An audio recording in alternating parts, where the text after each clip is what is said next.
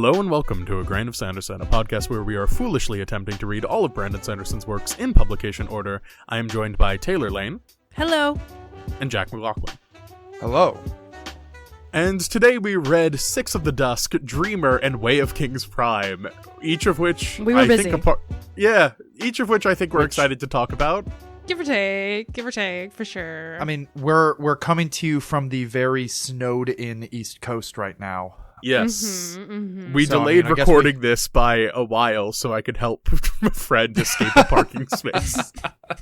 Yes. When people listen to this in a couple months, I hope they're still staying safe. Yeah. Yeah, and warm. If I say stay safe in the cold, it might be past by the time this episode even comes out. But wherever you are, stay safe.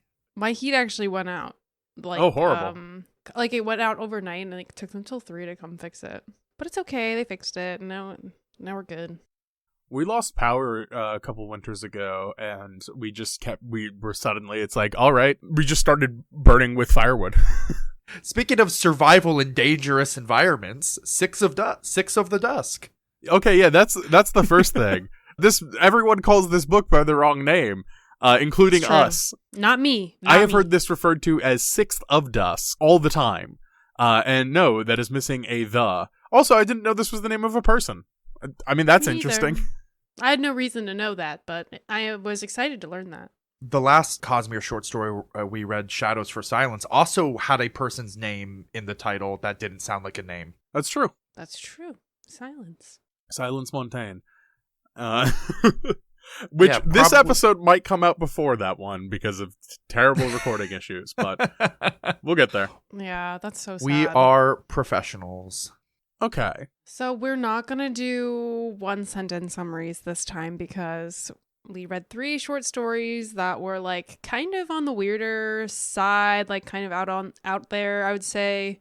And so our one sentence summaries I think wouldn't be that fun. They would just be like kind of forced. I'm going to find a way to slip mine in anyway. So do we want to jump in with the Six of the Dusk summary?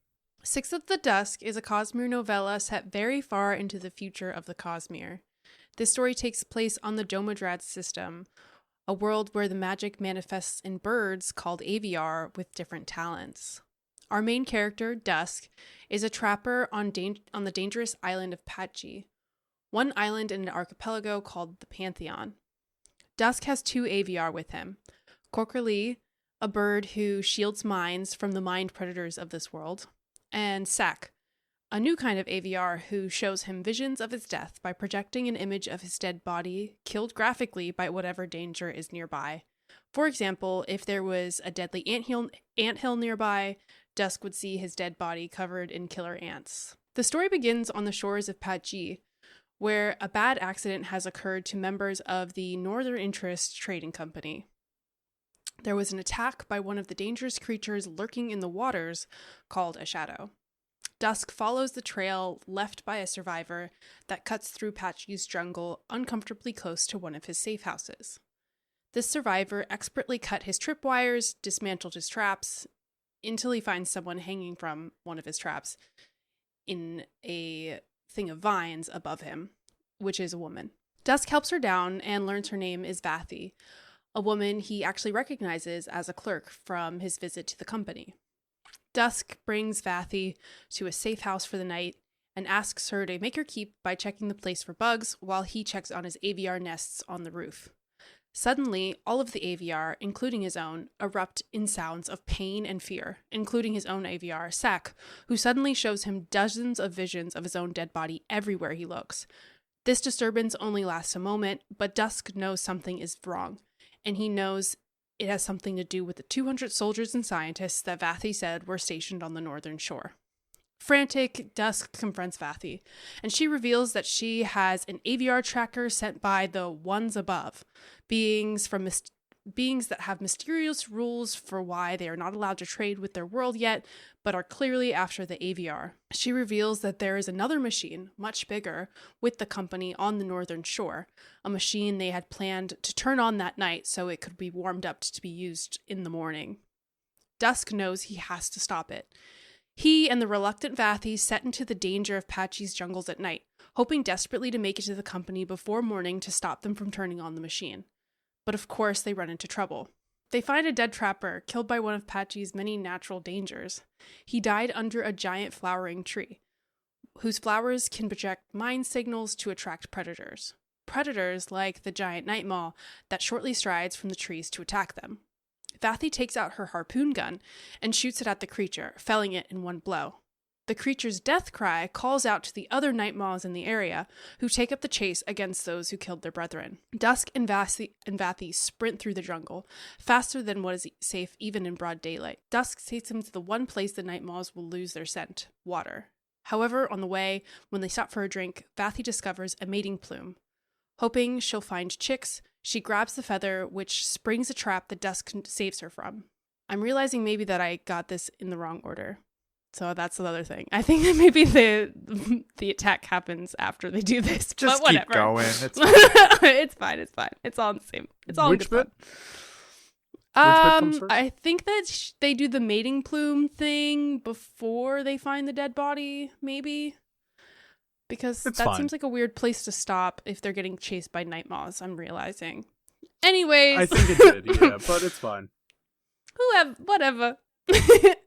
Okay. Hoping she'll find chicks, she grabs the feather, which springs a trap that Dusk saves her from. Dusk warns her that anything too easy is too good to be true. They make it to the river and follow it up to the only lake on Padgee. Looking around, Vathy realizes they are surrounded by young Aviar. Dusk has taken them to the place where all young Aviar come to be bestowed their talents. Not wanting to die with this information, Vathy forms a plan of escape. She takes one of the flowers from the special trees, attaches it to her final harpoon, and shoots the spear out of the basin. Her diversion successfully throws the night maws off their trail, and the two escape. They make it to the northern shore. Vathy's people reveal they didn't actually turn on the machine, but instead looked into it. Dusk, poor with words, can't express what he knows in his heart, that this is a trapper's tactic and they are the prey. So, not understanding, they shoo him off. As he walks into the forest and collects himself, he thinks about what he should have said. Suddenly, Sack flies off his shoulder and back the way he came, and he follows the bird back to Vathy, who is sitting sadly on a rock. She admits that in the machine there was a user manual, clear instructions explaining everything they would need to rebuild the machine. She holds up the mating plume from earlier, understanding what he had been trying to explain before. It was too easy. In the end, they decide that instead of being trapped by the ones above, they would gather all the best trappers they knew together to outsmart the invaders above. Super fun! I remember that God, when did I read this so long ago? It must have been either freshman or sophomore year of undergrad.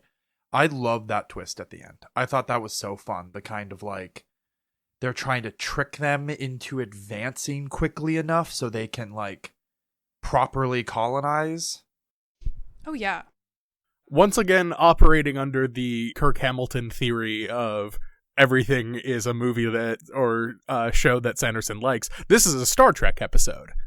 Is it? Not literally, but this is the kind of thing that would show up in Star Trek, particularly, I think, in the later series of Star Treks. But basically, whoever the ones above are, presumably whoever develops space travel first. And I'm sure we know in Isles of the Emberdark, but don't tell us, Jack. But this is totally the kind of thing that has a Star Trek episode, because, I mean, one of the main things of Star Trek is there is the prime directive. You can't intervene in a planet that is not sufficiently advanced. I believe, like, the threshold... It's been a while since I've watched my Star Trek, but I think the threshold is, like, they have to have warp travel. And unless they have warp travel, you can't help them. Mm-hmm. Because then it becomes an issue of when do you intervene. It's like, sure, it's like National Geographic, seeing an animal in danger. Yeah. It's the sort of thing of like, okay, you want to intervene when there's a famine. What do you intervene when there's a war? Do you have the right to intervene in a political situation? And that's the sort of thing of Star Trek. And here we're seeing someone invert the prime directive by saying, okay, we can't intervene because they're not advanced enough. Let's try and do it ourselves. Let's speed them up. Which I think is an extremely dangerous and honestly kind of insightful way of handling a colonial theme that we normally don't see with Sanderson, because like normally when he does a colonial theme he kind of fucks it, not always but sometimes, and it's messier than this, Yeah, there's been some bad. Not to, sound like a broken record and keep saying I can't wait till we get to XYZ book. Yeah, no, Isles of the Emberdark will obviously go more into this, and I'm really curious because colonialism does come up a lot in Sanderson's works. Mm-hmm. I don't know. This feels the most explicit in the insidious nature, like the very smart, cruel plans to kind of slip under and like take control, compared to the much more straightforward examples of colonialism we've seen before, which is just army shows up there in charge now. Yeah. Or whatever the fuck happened in the Arithmetist. Yeah. Well, remember, they didn't do colonialism because there was no Native Americans. God, the Arithmetist. Exactly. I would still put that in the Sanderson not doing colonialism great category. God, that's one of those things where it's like, I didn't even like the Arithmetist, but at this point I'm like, God damn it, Sanderson, write a sequel. I didn't even like that book. Just to talk a little bit about where Six of the Dusk came from, how it originated was, and I wish I learned this longer ago, because then I would have tried to read this version of it, although apparently it's really hard to find. But Six of the Dusk started as, on Sanderson's podcast Writing Excuses, him and a couple other of the hosts and their friends, they did on air, they brainstormed and edited and revised. They basically created an anthology of several of their own works. And in the anthology they released, called Shadows Beneath, it included like revision and editing notes. It was a very much a autopsy of the craft kind of anthology. Mm-hmm. And Six of the Dusk was what Sanderson did. And I think I love Six of the Dusk so much, and talking about it in the context of Cosmere broadly and the whole project, because up to this point, Six of the Dusk is the furthest in the timeline, the chronological timeline of the Cosmere by a lot. It's in the sci-fi. Like, Sanderson has this plan where the Cosmere is progressing, and we've talked a lot about Sanderson's ideas of technological progression. The Cosmere is advancing forward. It will eventually hit sci-fi. This is the first in sci-fi. I mean, there's the ones above, these people on big spaceships. Mm-hmm. Cosmere book, until his secret projects, which came out in 2022, 2023, one of those 2 years. Until his secret projects, they were this short story was the furthest forward by like a lot. Like, this is further than Mistborn Era 3, which is not even out yet now. And I think the only thing that beat it is, other than Isles of the Emberdark, the sequel to this, was Sunlit Man. That's the only thing that's technically further ahead in the timeline. Which, of course, made this short story, like, my one sentence, if we were doing them, was going to be the most analyzed Cosmere short story in history. Because, oh my god, it is. The amount of times I've seen on like Reddit and other forum posts and community discussions, Six of the Dusk was such a hotbed of speculation and theory and whatever, because that was our taste of like the future. Mm-hmm. I'm not going to say it now because y'all didn't read it and it wouldn't come out for years later. But in 2020, Sanderson read an excerpt of the sequel he was kind of working on for this and would eventually turn into Isles of the Emberdark. And in that little excerpt, we do know exactly who the ones above are now from that excerpt, as well as who they're opposed to, and a little bit more about the space politics going on. And that I remember being a huge hotbed of speculation too when that came out, because now we know like, oh, that the Cosmere is going to this like weird interplanetary politics status quo. How do we get there? Mm-hmm. So yeah, Six of the Dusk is like a fascinating point in the experiment that is the Cosmere. It's like a fascinating little data point. I mean, even more than that, like, I really, really enjoyed reading Six of the Dusk. I thought that there was a lot. I don't know. I just really vibed with it, I guess. Birds being the carriers. Like, obviously, we know that, like, the bird Kokurli shields minds from other, like animals that are, like, after your minds and, like, can only see minds. And that reminds me of one of the medals in Mistborn, where you can shield yourself from the magic and stuff like that, is super cool. And then the AVR, who's like Sack, who's like kind of rare, is kind of like the, oh no, I just had it. It starts with an A, the like special medal that like you can see the future. Oh, like Atium. Yeah, like Adium. And so it's like really cool. I really like it. I like the way that it's kind of like the way they like remix it into these little birds. And kind of on the point I said before about this like data point in the Cosmere as a whole is we're starting to see a lot of those through lines. Yeah, it's all these different magic systems on different worlds, but they all kind of have similarities. Like Sanderson is at this point, it feels like, I don't know if he actually had the full, picture in his brain at this point, but it feels like he does. He's conveying that there's some bigger picture.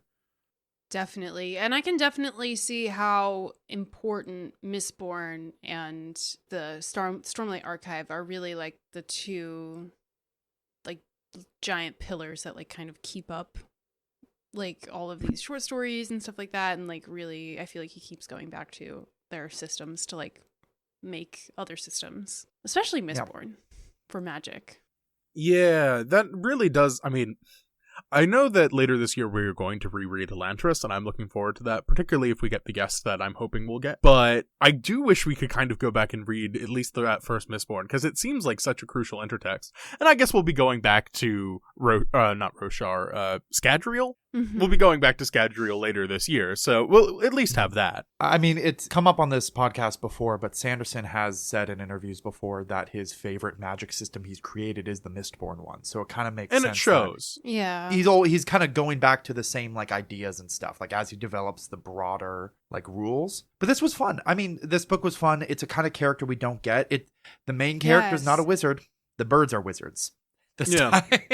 And the main character, he mentions this in his postscript, but the main character is like this guy who's not very good at talking, which he doesn't do that often. And I really like that about it. I think that there was, writing the summary for this, the amount of action balanced with all of the internal monologue and all of his feelings and all of the dialogue that they had, which wasn't something that would be put in a summary, but was still like really intriguing and interesting to listen to. I really like the balance of action to like interest and like internal monologue and stuff like that, especially since it was just kind of this like Indiana Jones guy on his own, like his internal monologue. Most of the story was a guy who could only talk to himself and some birds for most of the story, right? Yeah. I just really like that. I think that he did a really good job with that, and that I felt like I was engaged with the parts that were not action and the parts that were action equally. Speaking of Indiana Jones, one of the things I wanted to bring up is everyone talks about how Sanderson is like really ripe for video game adaptation. Like everyone can imagine a Mistborn video game. I want a Six of the Dust video game, because this is the first one I'm like, oh, I see the vision. Don't get me wrong. I think Mistborn would be a really cool video game.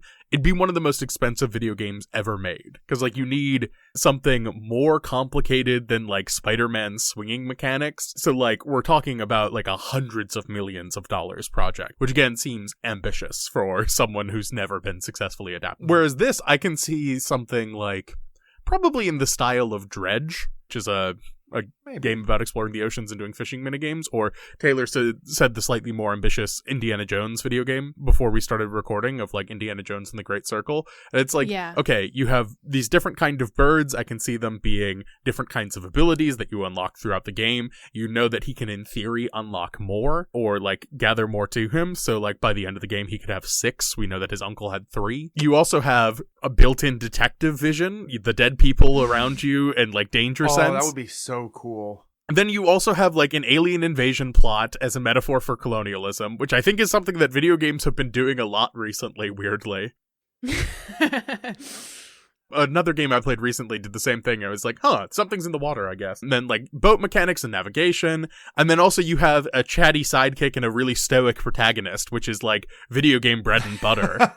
Yeah, absolutely. And it just seems very ripe for a very certain kind of AAA development that, like, I would love to play a 20-hour version of this as a, like, AA video game. I think would be great. I think more and more I'm realizing I just want more short stories like this from Sanderson, which, I mean, like, most of these short stories usually come out of him being requested for some anthology or something, but we talked about it a little bit with Shadows for Silence and, that secret lost episode that might one day come out.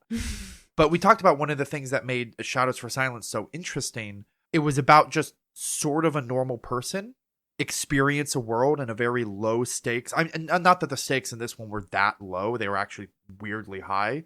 But it's sort of just about a normal person existing in this world and what they do and how their profession works. It also does not have Hoyd. That was a thing we talked about in Shadows for Silence as well. But Brandon Sanderson does not want to put Hoyd in every story because he doesn't want to give the impression that all of these stories are necessarily critically important to the Cosmere as a whole. Hoyd's whole thing is that he shows up where important things are happening. Mm-hmm. He's not just everywhere. Yeah, one of the things that I thought was really interesting, and I guess spoilers for an episode that's coming out 4 years from now, but the book that's coming out later this year, The Fires of December, Sanderson released the prologue for that, or maybe just the first chapter or something like that. And that Hoyd is the narrator for that one too, in the same way that he's the narrator for Yumi and Tress of the Emerald Sea. That one begins with Hoyd briefly encountering our protagonist, and like they never speak. They just pass by each other once in like a single place. Apparently that's the only interaction they have. And I'm like, okay, that's interesting. I like that more. Than him being a really constant presence. I like that not everything has to fold in. Although I do have to ask Jack, he's not in Isles of the Emberdark, is he? I'm currently looking that up right now. Okay. As soon as we started talking about this, started looking it up. It looks like no. Good. It looks like no. And I've read Isles of the Emberdark, and I don't remember him being there. Okay. Yeah, I like the version of Hoyd who was like a beggar on the street. This version of Hoyd where he's got like fancy jackets and he's like important to like the royalty. I'm like, no, he's in it. I forgot. No, he's actually in it in a big way. I totally forgot about him. Sorry. You know what it was? There's multiple character and POVs in Isles of the Emberdark, and he's not at all present in Dusks. That's what I was missing up. I was like, I don't think he's there. No, he's there in actually kind of a big way, and I forgot completely because it had nothing to do with Dusk. That's slightly disappointing, but okay. We've talked about this, but my favorite version of Hoyd is still probably the one in Warbreaker, where like he showed up for a very pivotal scene, told the story, and then left. Mm-hmm. If that's what Hoyd was in every version of the book, I think I would not have some of the complaints that we have. What we do know is that Dusk will remain blessedly ignorant of Hoyd's existence. Good. Throughout the story of him that we see. Don't do this to my boy. Speaking of all the like character work that kind of happens between action scenes, his full name is Six of the Dusk. Like the name of the title of this, Six of the Dusk, is his name. His name is Sixths because he's the sixth born, and dusk is traditionally when they're like is the time of day that you were born. Like they find first of the sky, who's the guy who died. But he reveals to Vathi that he was called Dusk because his mother believed he was the dusk of his kind of trappers, I guess. Lifestyle. Yeah, his mother is predicting, in some ways, like a huge colonial threat, but she's like, our people are dying. There is a big threat that you were born at the dusk of our people. There is almost an interesting dynamic happening in this book where there's almost two waves of colonialism happening. Because Six of the Dusk was named in reference to his lifestyle and his family's lifestyle passing away, becoming less relevant. That'll be a theme that we see continued into the sequel, but this idea of like old traditional ways of living and how they stand up to the inevitable progress of society. We're talking about the ones above, this space-based threat of colonialism, but there's also the Northern Interest Trading Company. Yeah, there's an East India Company. There's an East India Company here, a local, as in from the same planet, colonial force that's also pushing out and making his lifestyle less relevant. His entire job is to trap the birds that are only found on this very, very dangerous place so that they can be sold to the mainland because they're a very valuable commodity. But the entire reason the North Interest Trading Company is there at that island is because they're trying to set up a permanent setup where they can essentially harvest the birds rather than relying on trapping, making Dusk completely irrelevant. And that's his whole character. And I think that's which honestly is in some ways just as sinister as the alien invasion threat. Mm-hmm. It's interesting too because it's not the first time he's done this type of character that we've seen, someone who is the last of an old lifestyle. We saw this with Wayne in Alloy of Law.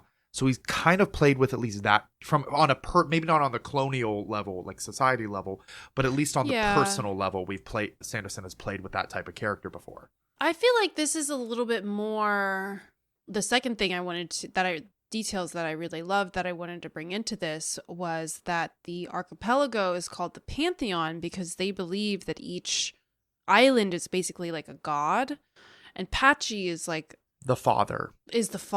So like he's like, which makes a lot of sense when you get to the end of the book and you realize like this is where all of the birds come to get their talents and stuff. Like it's like a little bit more elevated, but there is like a religious aspect to it where like it's a little bit more than just like Wayne leaving his like Western lifestyle behind. Is like, yeah, it's like this is his religion that is dying, and he believes that like Father, this island is like, he talks to it, he communicates with it, and like believes that it communicates back with him in a like meaningful way. Well, he believes that she's trying to kill him all the time, which fair enough. What dad doesn't? There's other islands too that have different names, and they have their own gods as well. And I was going to go somewhere with that. I agree with Taylor. I mean, I think it's certainly hitting some of the same beats with sort of Polynesian culture and colonial culture. And like, this isn't the first time that he's hit Polynesian culture specifically. I mean, we have Rock or Lunamore. With him in particular, and Horn-Eater culture, we've gotten sort of a Polynesian thing before, and then also an Alcatraz with... Does anyone remember the name of the Alcatraz version of Polynesia? Oh, no, I don't, but I know what you're talking about. Yeah, like he's hit it's this where sort of... Singh is from, his cousin. Yeah, exactly. He's sort of hit this thing before, and also something that, for the listener, you will be able to hear later in this episode.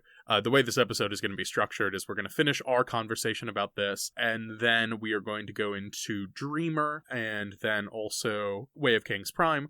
But there should also be in there a conversation with Eamonn, who's a listener, about sort of the Polynesian and Pacifica representation in this story, some of the stuff we're going to miss, and also just have some insight from someone who grew up in this culture.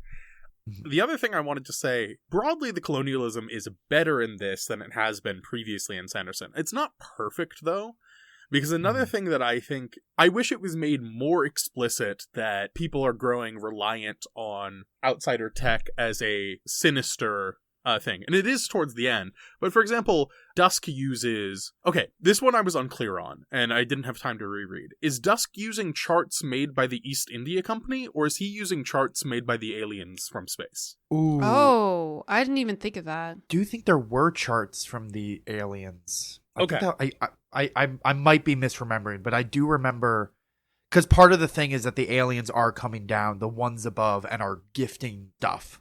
But they're limited on what they can gift. They're limited on what they can gift, yes. But this was like a real thing that was done in historical colonial practices of, we're going to make you reliant on our tech so you don't have an alternative. And I wish that was a little more explicit. I guess it is somewhat explicit. But for example, there's also another moment where someone is like, it's dangerous to navigate at night. And I'm like, is it? I mean... That like isn't star navigation the whole thing? And also, when you're on a deadly jungle full of lots of tiny little bugs that will bite you and kill you instantly. Yeah, that's part of it. I think that a part of Dreamer's wrong book. A part of Dusk's personality is I found him to be a lot more trusting than I thought he was going to be.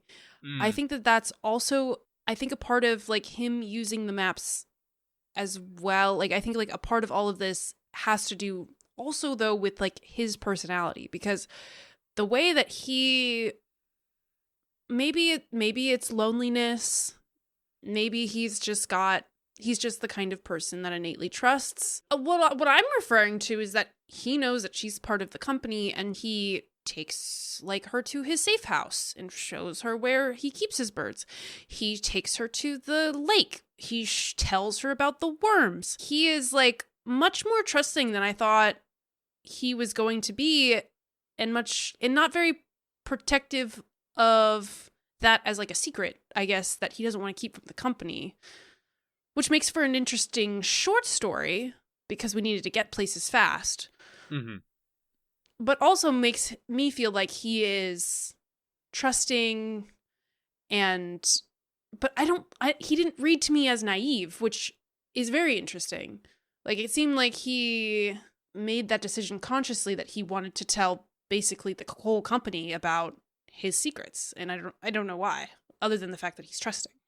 It was interesting, especially since we learned that, like, with trappers, they often kill each other. That's an expected thing. They won't, jump at each other with knives and stab each other, but they do intentionally lay traps for other trappers. So not only is he isolated and really protective of his tradition, but he also has grown up in a culture and profession where you are incredibly suspicious of others. Yeah.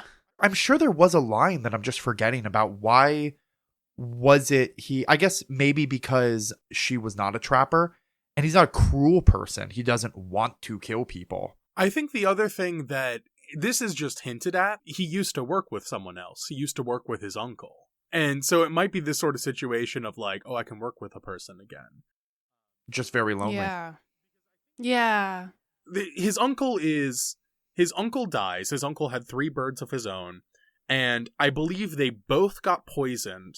And Dusk dropped his antivenom. And his uncle gave him his and died. Something like that, yeah. And they had to go through the jungle at night to even get the second antivenom. Yeah, and by then it was too late, I think. Mm-hmm. Yeah.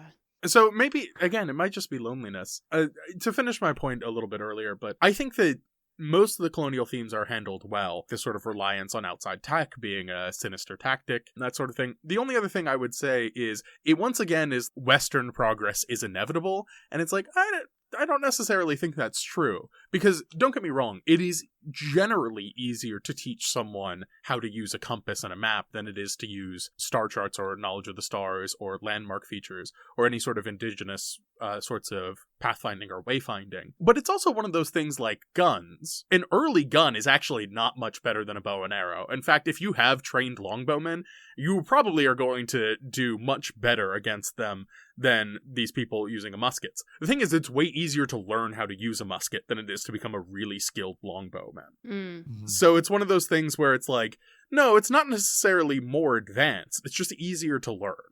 And I think something like, say, the Trader Baru Cormorant, or even A Memory Called Empire, the Takes Kalan series, I think those sort of hit that plot point a little bit stronger. But again, I think this book is a real show of growth from Sanderson for the most part, because I think it hits those themes well in a way that I think, as we've said before, he kind of misses. And we're going to get to see that growth again because this book is getting a sequel. Even talking about like Western growth, I think it's interesting that like, I guess, yeah, like he gets like compass and maps, and then like they're immediately jumping to something so sci-fi and out of like art that's like not even like their growth that they are wanting these people to do is like in the future for us. Mm-hmm. I think the most advanced thing the people on, I think it's called First of the Sun is the name of the actual planet they're on. I think the most advanced they are is like steam engines. They have like ironclad ships. They have metal ships powered by coal, and that's the level of advancement they're at. I mean, the ending of this also begs the question of, sure, they got to steam engines on their own, but did they? I mean, I have no doubt that anyone can arrive at the steam engine with given enough time, but now with this sort of sinister implication over the whole book, I'm like, did someone leave them a steam engine? Because... yeah. I kind of like that, though. Until a steam engine shows up, you could have easily believed that this book is at a much earlier like technology point on the Civ tree, to use that metaphor again. It's almost retroactively making the whole old progress happens in the same line that seems to be consistent through Cosmere makes sense. Well, it would if one person advanced first and then just basically dictated how everyone else advances. Yeah, forced everyone else to advance the same way. Some things that we know about the ones above, the aliens. They have a prime directive. They have rules they can't break. But we also know that there are other spacefaring civilizations that don't have these rules. We also know that the aliens really want the birds for some reason. They even have like a bird GPS. I mean, for some reason. We know about investiture now and can imagine why the aliens who come happen to be interested in the thing that's invested. Well, yeah, I mean, everyone's looking for the new magic system, but I'm interested in who among the aliens is specifically interested in the magic system. Like, not just the birds, but I mean, there was a very familiar type of lake that we've seen in other Cosmere books. Yeah, okay, that's the other thing. The knee-deep lake. Yeah. A weird lake where magical shit happens. Mistborn, Elantris. What's the one in Mistborn? Oh, wait, the Well of Ascension. The Well of Ascension, yeah. I forget, did we get the name of those things? Because they come... I think we've talked about it before. The name? Yeah, we got it by reading the opening of this. I will just explain for the readers. We've been reading this in the version in Arcanum Unbounded. Now, this came out in 2016, and as Jack said, this was originally collected in a book called The Shadows Beneath, which came out 2 years before Arcanum Unbounded. Now, all of this Cosmere short story stuff was published independently. It was really hard to track down, so we've been reading it in the ebook of Arcanum Unbounded. Now, Arcanum Unbounded also includes a bunch of additional information. It's written by a character with a point of view who we have not met yet, but I am told is part of the White Sands world, and we'll meet later this year. That's going to be cool. But the other thing is, it also introduces a bunch of shit where I actually did not know this. The version of Elantris, the audiobook that I listened to, someone had inserted the Cosmere information from Arcanum Unbounded into that audio. So it begins not with the first words of Elantris or a note about Elantris or any sort of preface. It begins with a description of what the Cellish system is and like the name Cell and the planet and stuff like that. So I got that Which never comes up in Elantris. Never comes up in Elantris. We never even hear the name Cell. But because of this, really, we shouldn't be reading any of these until 2016, but occasionally they'll just be in the text and like they're short, so I'll accidentally read them, or just out of curiosity, I'll read them. Taylor is again trying to avoid these, but we will read all of these later in the year in November. But one of the things that in this is we get the name for this kind of body of water, which since Taylor doesn't want to know, we're not going to say. But we've seen this kind of body of water before, and we've also said this kind of body of water on the podcast before. We've said the name of it before. In fact, I think we say it in the first episode. Okay. You guys can just talk about it. It's a perpendicularity. Yeah, perpendicular. Yeah. Ooh. Which is definitely a word I've said on the... I feel like I've said that word on this podcast before. We've both said that word on this show before. That's one of those high level, you're looking at the iceberg, like going down levels of Cosmere. That's one of those commonalities between like Cosmere magic systems are these things called perpendicularities that keep showing up. And I don't believe we've read a book yet for this podcast that explains what they are. Like in detail, like really explains what they are. But it's like the little connection things, like I can imagine. Let's do a quick what we know are perpendicularities, or this sort of body of water that we've seen before. So the one in... Is it only for these bodies of water, or is this kind of a class of things that are It's a common? class of thing. It's a class of thing that we've mostly seen as bodies of water. I think we have seen a perpendicularity in Mistborn as something else, but I don't want to say that, because I think that actually gets confirmed in something we're reading later this year, so we'll just deal with it then. Okay. Things that we know are the Well of Ascension, the weird pool in Elantris. Yeah. That lets Elantrians die. Yeah, they dissolve them in that body of water. Ooh. Related to the magic system. Is the Great Lake not one? The one that's the giant lake in the middle of the Pure Lake? That just happens to be... That's something else. Shin Deep. That's something else. Shin Deep that's water. something completely different. That's what I thought. When I saw they were like, oh, it's all Shin Deep water, I was like, oh, the Pure Lake. That's fun. It's called a lake. Hi, we're talking about Stormlight now. It's called a lake. I looked it up because I was curious, like how big is Roshar in Earth terms? Yeah. The Pure Lake is the size of the Mediterranean. Yeah. Just about. It's huge. It's a Mediterranean you could walk across. Yeah, that's so cool. I love that. That's what fantasy is supposed to be. Right there. Love it. More of that. But yeah, no, that's really cool. And I mean, I'm imagining that some perpendicularities have something to do with mist. I'm seeing mist as a through line. I think that little creatures that float in the air are a through line. I don't know. It'll be, yeah. It's really interesting to see that this world has a magic system, presumably because of this perpendicularity.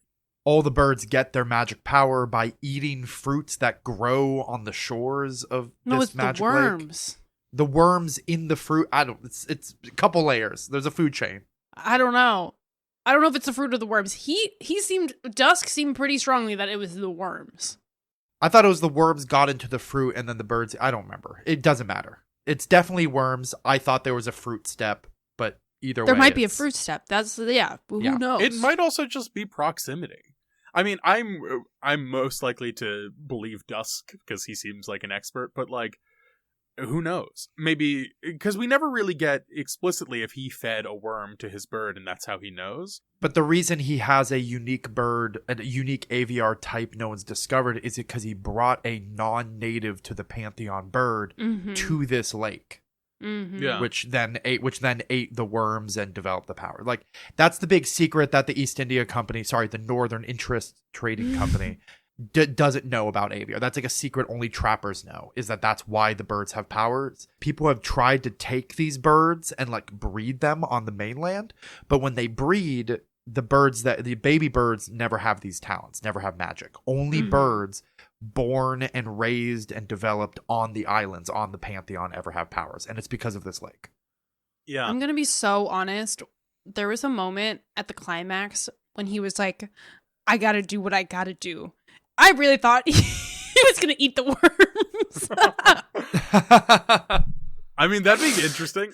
He was like, I gotta do what I gotta do. And I was like, what are you gonna do? I was like, what are you gonna do? But only until he digests.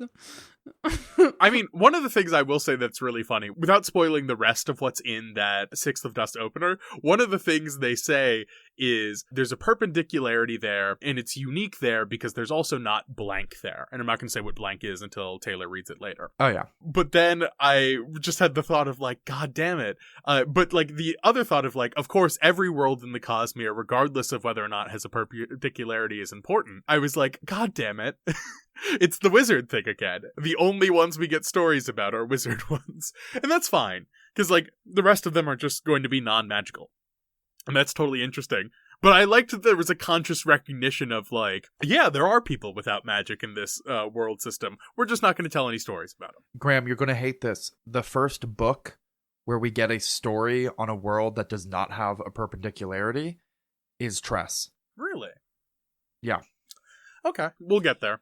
This is actually finishing a thought from earlier, but when I was saying I really like these short stories about just some random corner of the Cosmere and somebody living their life, the ones that don't have Hoid because they're not Cosmere critical, I really like those. And some of the secret history projects are almost that, like Yumi and Tress, except for the fact that they have Hoid as the narrator. And listen, we'll get to those when we get to those books.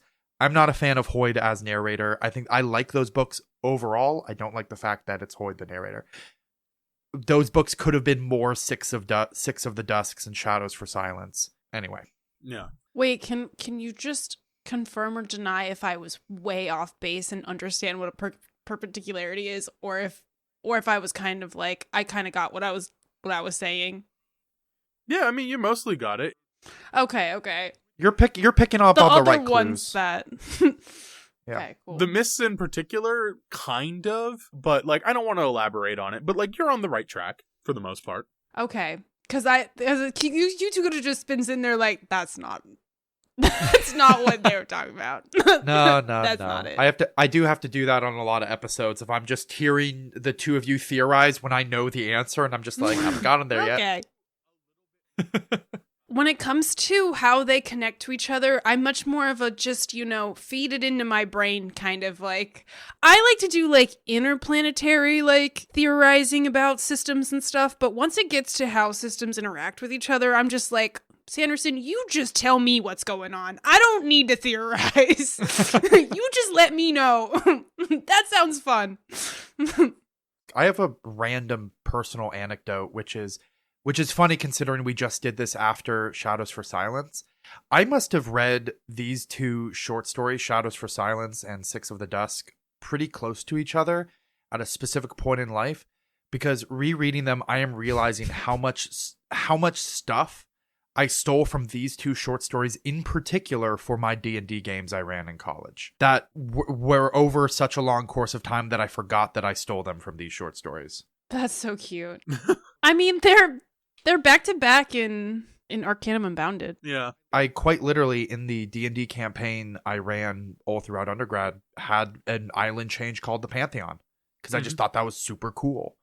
And the idea that in that world, that's where that's the origin of the word pantheon. The reason pantheon is the word to describe a collection of gods is because this island chain. I mean, it's a cool bit of world building. It wouldn't shock me. I also recognize a lot of these books in your D&D games. And that goes for Sanderson broadly. I feel like it becomes less so over time, but... Yeah, absolutely. I think same thing that I left for Shadows of Silence, except for... we do have it, is like, I love Dusk. I love him as a character. I think he's really interesting, all of his different facets. And while I thought that the end was a little bit cheesy, I get it though. It's a short story. You gotta end it. I did feel like this was an interesting, because he was like, we're gonna get all the Avengers together and fight the like. I was like, okay, yeah, that sounds great. I definitely can see this as a fun writing prompt for Sanderson. I see this, and I'm really excited to see what's in Isles of the Emberdark. Like, I want to read it now because, like, I love Dusk and I love the little birds, and I'm really interested in his struggle and where this is going to go. That's exactly how I left Shadows for Silence. I was like, if Sanderson wants to write a book in this world, I want to read it, and that's exactly how I'm leaving this one. But it actually exists, and now I want to read it, but it's, like, very, very far in the future. Dusk became one of my favorite Cosmere characters in Isles for Emberdark for sure. He's very fun. I just had to check my DMs with Graham because I remember sending her a bunch of stuff about Emberdark when I was reading it. Yeah, you sent me a couple of things. The best one was just a meme, which I thought was very funny. He's like trusting, and but he's also like quiet and doesn't really know how to say things, and I just love him. But he's also super smart and like really like questions everything around him. He's got like a scientist's mind, but he's got like also this traditional background. Like, I really love him. I love him. That's the thing I love about his characterization, and kind of goes into the meme I'm about to reference. But the fact that he is someone very interested in traditional means of doing things, but he's not primitive. He's like primitive, quote unquote, derogatory. He's not dumb. He's not simple. He is a smart person. He simply believes in his way of doing things. And also, I don't think he's wrong. I mean, like, no, yeah. That's the whole thing of the ending, is the ending sort of leaves us in that moment of like, the people who are teaching you a new way of life are sinister and have another plan going on. And it's like, yeah, he's not wrong. Like, I feel like when Dusk does things, he's like actually thought through why he does them, and does them like with purpose. His entire character, both in this short story and especially in the sequel, is explained by a meme I sent Graham a long time ago, which is it's a tweet. H.P. Lovecraft, your limited human mind cannot comprehend Cthulhu. Me, comprehend it easy. Squid guy. Yeah, that's just Dusk.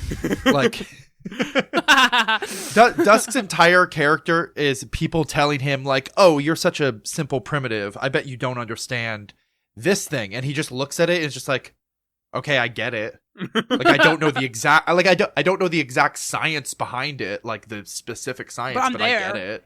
Like, I get the purpose. I get what it does. I love him. One other thing that I wanted to draw attention to is there's a little bit of Sanderson horror writing in here, because like Dusk is constantly surrounded with like corpses of himself. Yeah. I think that is a really cool image. However, this is one where I'm not sure if this is a Sanderson writing style thing or a conscious choice. Because we've seen him do horror before. In fact, I would say the most horror we've seen him do was in Words of Radiance, where every Shallan chapter flashback was a horror story. Oh, yeah. I mean, it was a certain kind of, like, domestic struggle horror story. But I mean, like, there's some really, really vivid body horror in there, and like descriptions of murder that are really awful. And we don't get that here at all. So like, we get descriptions of the bodies, but it's not particularly gruesome. I mean, it's like, oh yes, there's my body dead on an anthill. And there's my body drowned over there. And I'm torn on this because I think there's a really interesting thing to be done there as this is a horror story. But also, it's really good character writing for Dusk to be super used to this and not be as worried about it. The only place where we really get a sense of this could be a horror story is when they open the machine and start to understand how it works, and Dusk sees hundreds of corpses. And everyone dead. Even there, I was like, this doesn't seem as creepy as it should be. It's a cool scene. But it's not the sort of thing of Shallan singing to her dad as she strangles him to death, and we get the details of what his skin is doing. And I don't know, given that when Sanderson really goes for it, he seems to be really good at that sort of thing, I wish we got it a little bit here. And also, we could use this as a transition point for Dreamer. That's my main complaint with Dreamer, too. Well, yeah, I don't know that this was necessarily going for horror all the way. Someone who's that desensitized to seeing his dead body, I feel like in that moment he wasn't really that worried about the dead bodies around him or describing them. I think he was really worried about his birds, and he was really focused on his birds. And so yeah. Also, that's why I love him too. He loves his animals. He's just perfect. I love him. Yeah, so that's what I was just trying to say. Is I don't think that the purpose of the Shallan chapters were definitely to show how horrible, and to scare you into seeing from Shallan's point of view. Whereas I feel like in Dusk's point of view, he's not actually even that afraid of what's going on around him. He's it was more worry and panic. That's what we were trying to find out. Something's really wrong. Something's not right with the magic system. Not necessarily oh, my dead bodies are disturbing me. It's just one of those things where it's I'm drawing attention to it because I can't tell if this is good character writing or if it's a weakness of Sanderson house style. And it might be a little bit of both. I'm willing to give him the compliment of this is good character writing for Dusk, but also there's a limitation there of the Sanderson house style. And you know what? That's fine. I am less irritated by the Sanderson house style at this point, having read 25 books. Don't worry about it. I can't wait to get back to Dusk. I can't wait. We will in 2028. I want him back. This is where Taylor really struggles with the method of reading all these books in order. Because the sequel exists. Downstairs. It's on your shelf.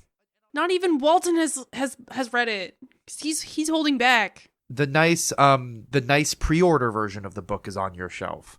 Yes, half the pages are white with black lettering. This is a tangent. Half the pages are white with black lettering, and half the pages are black with white lettering. Isn't that crazy? Halfway through the book, it changes to all black pages with white letters. That's rad. At a specific transition point, that it is a pretty cool transition point to do that. Although I think actually the version I read was the ebook copy that Walton got and then just sent to me.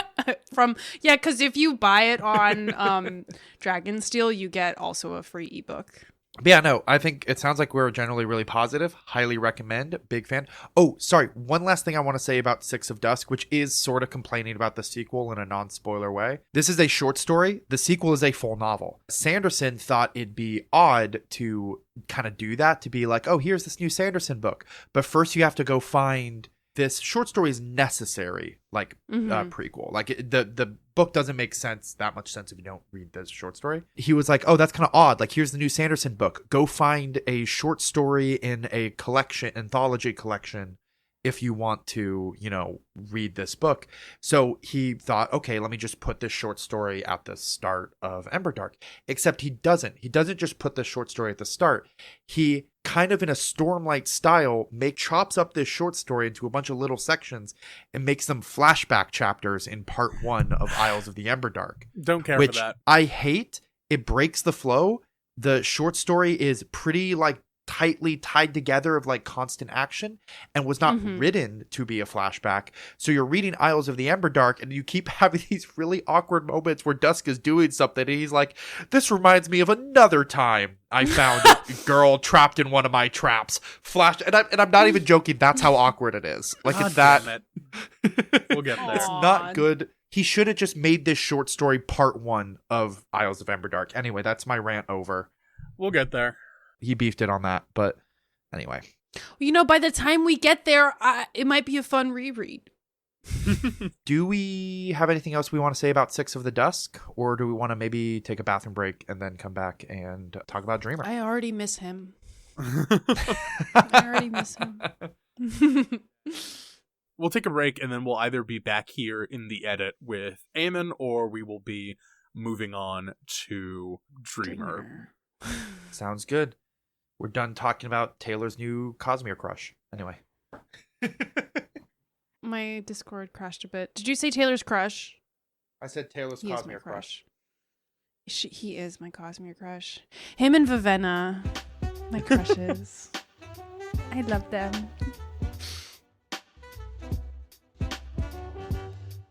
All right, folks, we're back. It's several days later, and we are back here with writer and friend of the show, Eamonn Tee. Would you like to introduce yourself? Hi, I'm Eamonn Tee.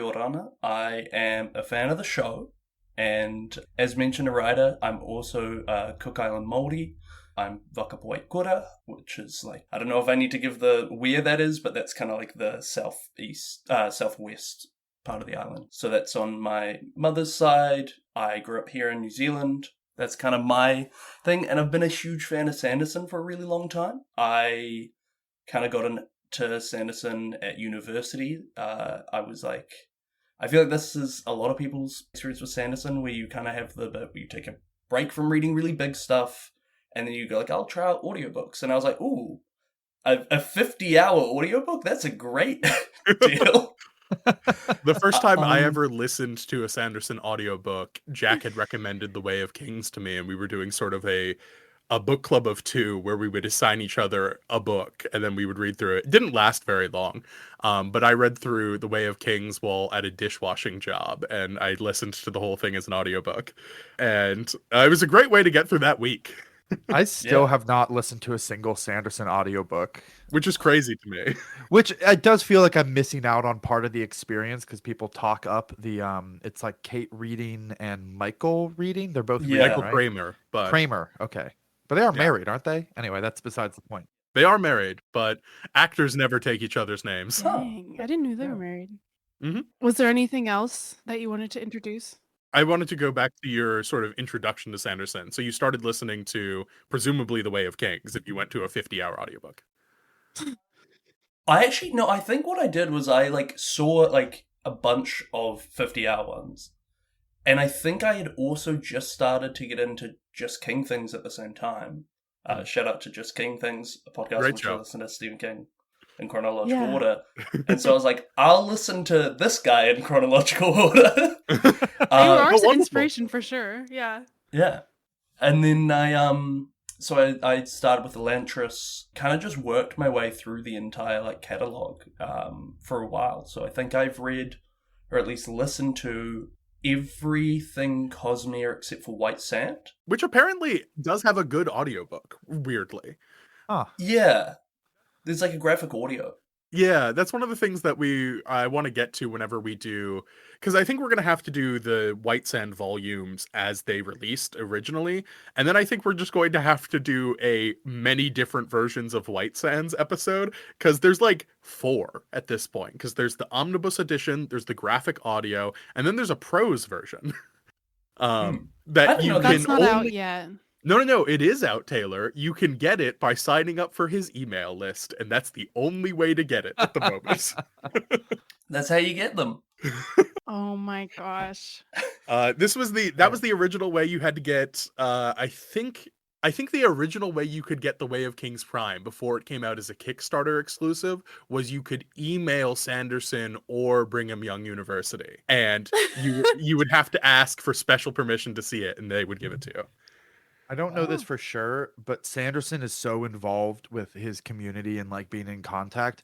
I'm sure in the early days before he was big, he was the type of guy you could just email a question about his books and he would respond. Yeah. Before getting into this, I want to say I am a fan of Sanderson. I like his work. He has flaws that I think I understand them, and I don't know if I'm ever, he'll ever surpass them. Occasionally he does, and that's where he really shines. But, the thing I always say to my friends about it is like, his books are always either a 7.5 or an 8, and they're never higher or lower than that. Okay. That's pretty reasonable. That's really nice. Yeah. I would point to Legion as one that's lower, but Yeah. No, but that's a 7. That's a 10 for completely different reasons. For completely unintentional reasons. Legion We'll get feels like the Rosetta Stone. The Cosmere stuff I feel like is definitely where you're saying, but sometimes the non-Cosmere stuff gets Yeah. he starts to stop caring, I think. The very end of me, like, I kind of listened to all the Sanderson in one huge... It's kind of like what I listened to for a whole year.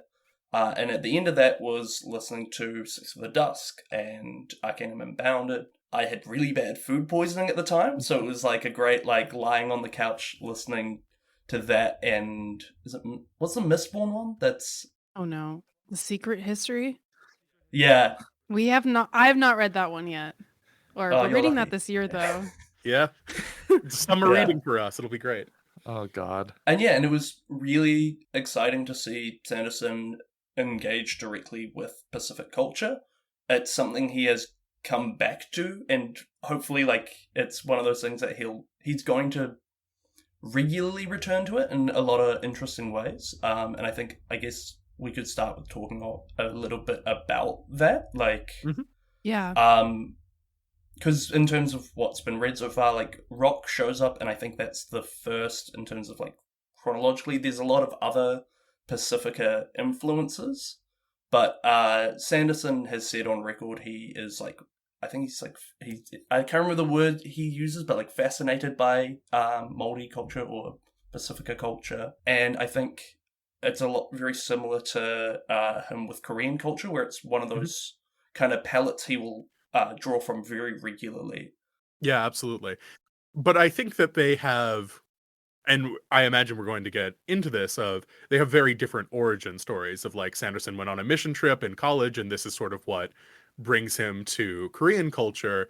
And then in terms of Pacifica culture, that's more to do with, like, dyed-in-the-wool, true blue Mormon beliefs. Yes, which I guess to say it on the pod, Mormonism has this very deep fascination, I guess, with Pacific culture from the jump. Like, shortly after the Mormon church, or the LDS, is founded, they start doing missionary work in the Pacific, in the Cook Islands, and a lot of places.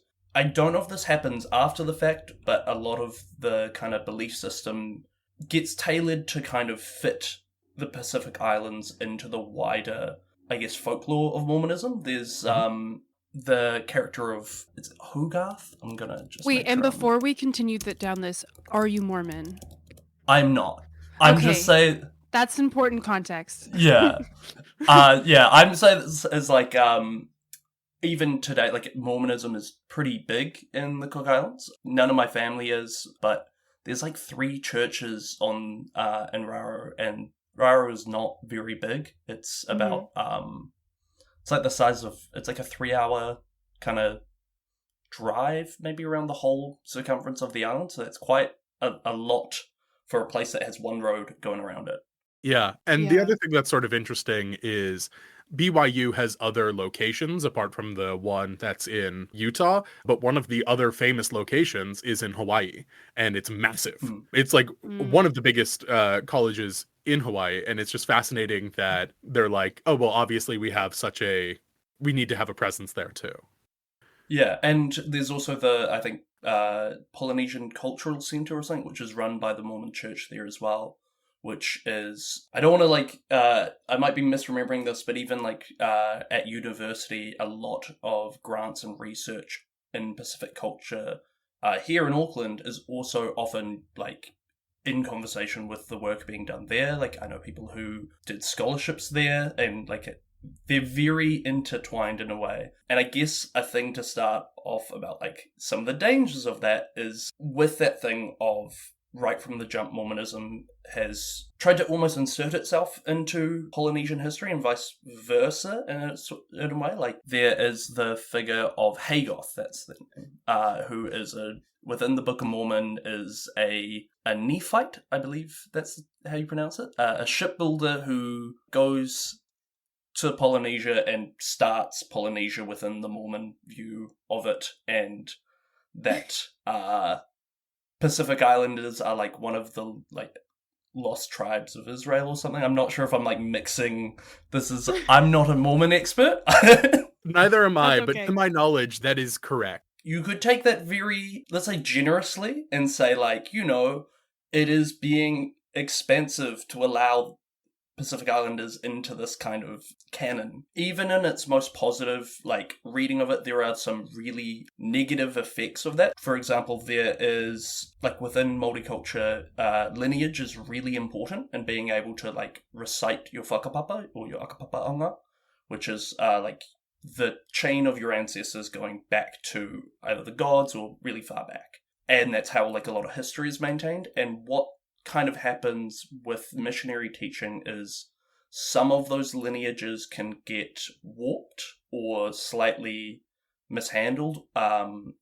One example is there is this deity that academia is a bit unsure of whether or not this is a pre-colonial deity called Aiometua Kore, which translates to the god without parents, which kind of has a very Christian ring to it. And it's unclear whether or not that is a Mormon introduction to Polynesian culture very early on. If Aiometua Kore was a minor god who then got kind of pushed up in terms of their like ascendancy because of their relationship and similarities to the Christian god, or if that Aiometua Kore is a Maori kind of Māori Christian or Māori Mormon construction, like as a response to the introduction of missionary teachings. So yeah, it does have this kind of larger effect in which our own histories can kind of get rewritten or get kind of muddied in that way, and it makes it much harder to recover a lot of the like actual history. And I say that like I believe there are like in New Zealand there are iwi who do treat Aiometua Kore as an actual god, and I believe that is like a long-standing tradition. It is not a thing. I'm not Ngati Kahungunu, but yeah. I want to cover my... Yeah, no, of course.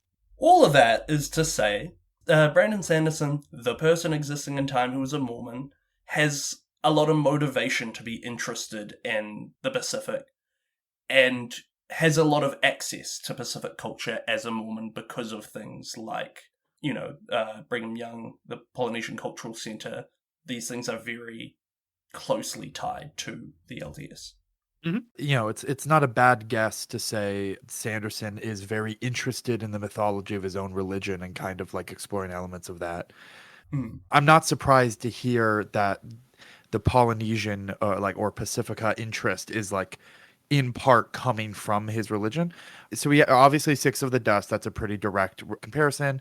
There's Rock, Lunamore, and the Horn Eaters, and I think they have another name in the books. I'm forgetting it right now. But they're like a big part of his book is clearly interested in. Is there any other Pacifica representation in Cosmere that I'm forgetting about? Oh, not Cosmere. It's really big in the Alcatraz books. Right, Alcatraz books is also really big there. Yeah. There's also, I don't know if they've shown up yet, I believe the Iriali and Roshar. Are those Pacifica based? Not as much as the Horn Eaters, but are they the ones who, or I might be thinking of a different group, but there's the group who are at the very north. Oh, sorry, it is not, it's the Reshi who I was thinking of. The not Reshi. The Iriali. That makes sense. And remind me who the Reshi are, for those of us without... They show up very briefly, and they do show up a little bit later. They are, in Roshar, there is like a chain of islands really, really far to the north. You remember the chapter with the trader who... Yes, I was a crab. Yes. Okay. Because when you said Iriali, I was like, you're probably talking about the crabs, and then we weren't talking about the crabs, and I was like... No, that was like, I can't remember if the Iriali or the Rishi, there's a lot of names. You were correct. Yeah, no, I'm a chronic, I like to look at the map in the beginning, and then it's up to the author to tell me where we are. So I actually don't really look at the map.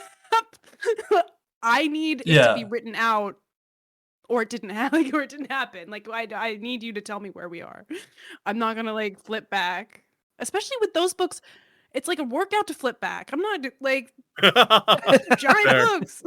They're meaty. And the Rishi, I think, are very similar to what's going on in Six of the Dusk, where Sanderson is wanting to not exactly give voice to Pacific Islanders, but is wanting to kind of formulate their perspective within his stories in a way that, like, you see in the work of, Terry Pratchett with Nation. It's kind of, I don't know how much of this, I don't want to, like, apply this to Sanderson as the person, but there is a thing going on, from my perspective at least, where fantasy and sci-fi have had a long history of talking about or formulating the Pacific as like a mouthpiece in a way, or using it in those ways, and it feels like what Sanderson is trying to do is try to be a little more reparative, and that means going like, hey, I'm going to make a character who shows up and is going to, it's not exactly noble savage, but it has a very like well articulated view on their relationship to colonial power. It's the same thing you have with Dusk, in which Dusk gets to be like, hey,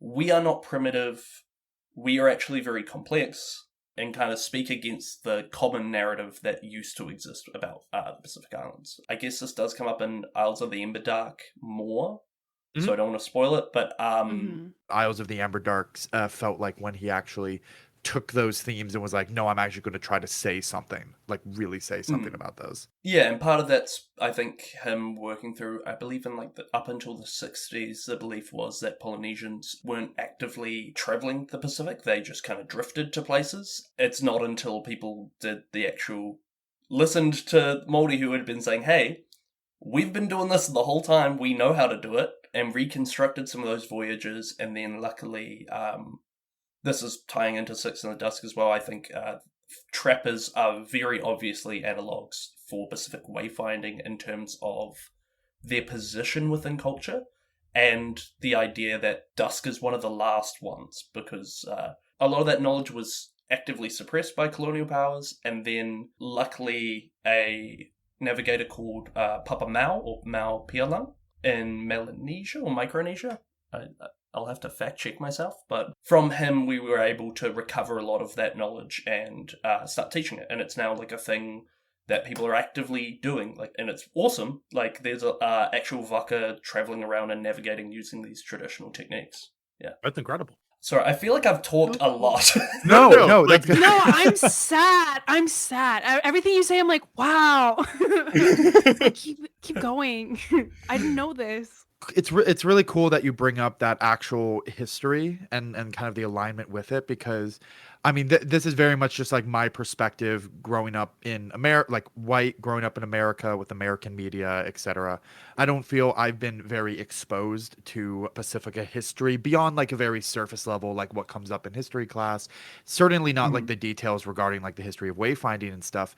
Yeah, most of the Pacific history we get is America came to Hawaii and it was fine, which is not quite the history there. Not what happened. It buddy. was fine, guys.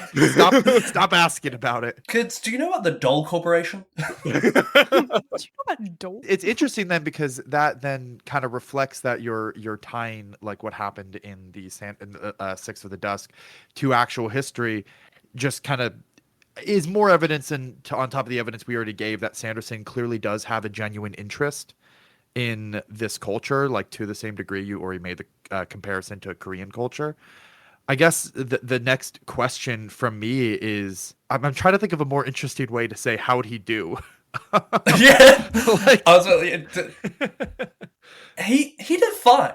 This is one of those things where I think a younger version of myself would be more critical of Sanderson, but I think the changes or the things I would want him to do to like address what's going on and how to write the experience of colonialism is just not within his capacity. And I think and I don't mean that in like he can't do it as a writer. He would probably do the research and stuff. It would require a depth of point of view that he doesn't really write generally, but it also would make the Cosmere way darker than it normally is. Yeah. I find it very unlikely that, like, say we got a sequel to Isles of the Emberdark, I don't think that at any point we're going to realistically get Dusk thinking about double consciousness or anything like that. And if you'd like that, read The Trader Baru Cormorant. I was just about to reference that book. Yeah. I was going to ask when we learn where in the Cosmere she is. Like, it's Kind of the Rishi Isles. yeah. Yeah.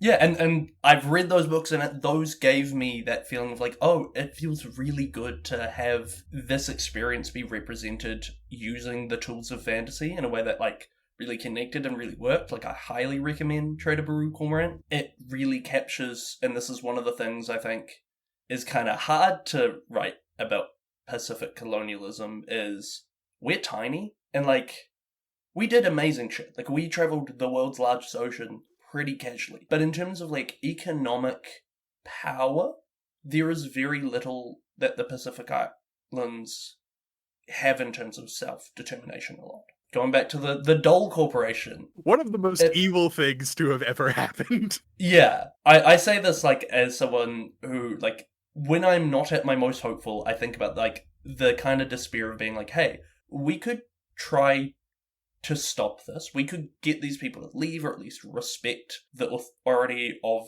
you know, indigenous people here. But there are millions of them, and there are a couple thousand of us. You know, even 200 years ago, like, or even before that, in New Zealand, we have the Treaty of Waitangi, which is the founding document of our country, which was a treaty signed between several Māori chiefs and British. And that was a treaty that was signed with French and British gunboats in the harbour. And it's one of those things where it's like, the military power, the economic power of these things is much vaster, and that is a much harder thing to express. And I think it's a thing Sanderson doesn't want to express. He doesn't like the idea of having to go, hey, colonialism is a real hard problem to solve.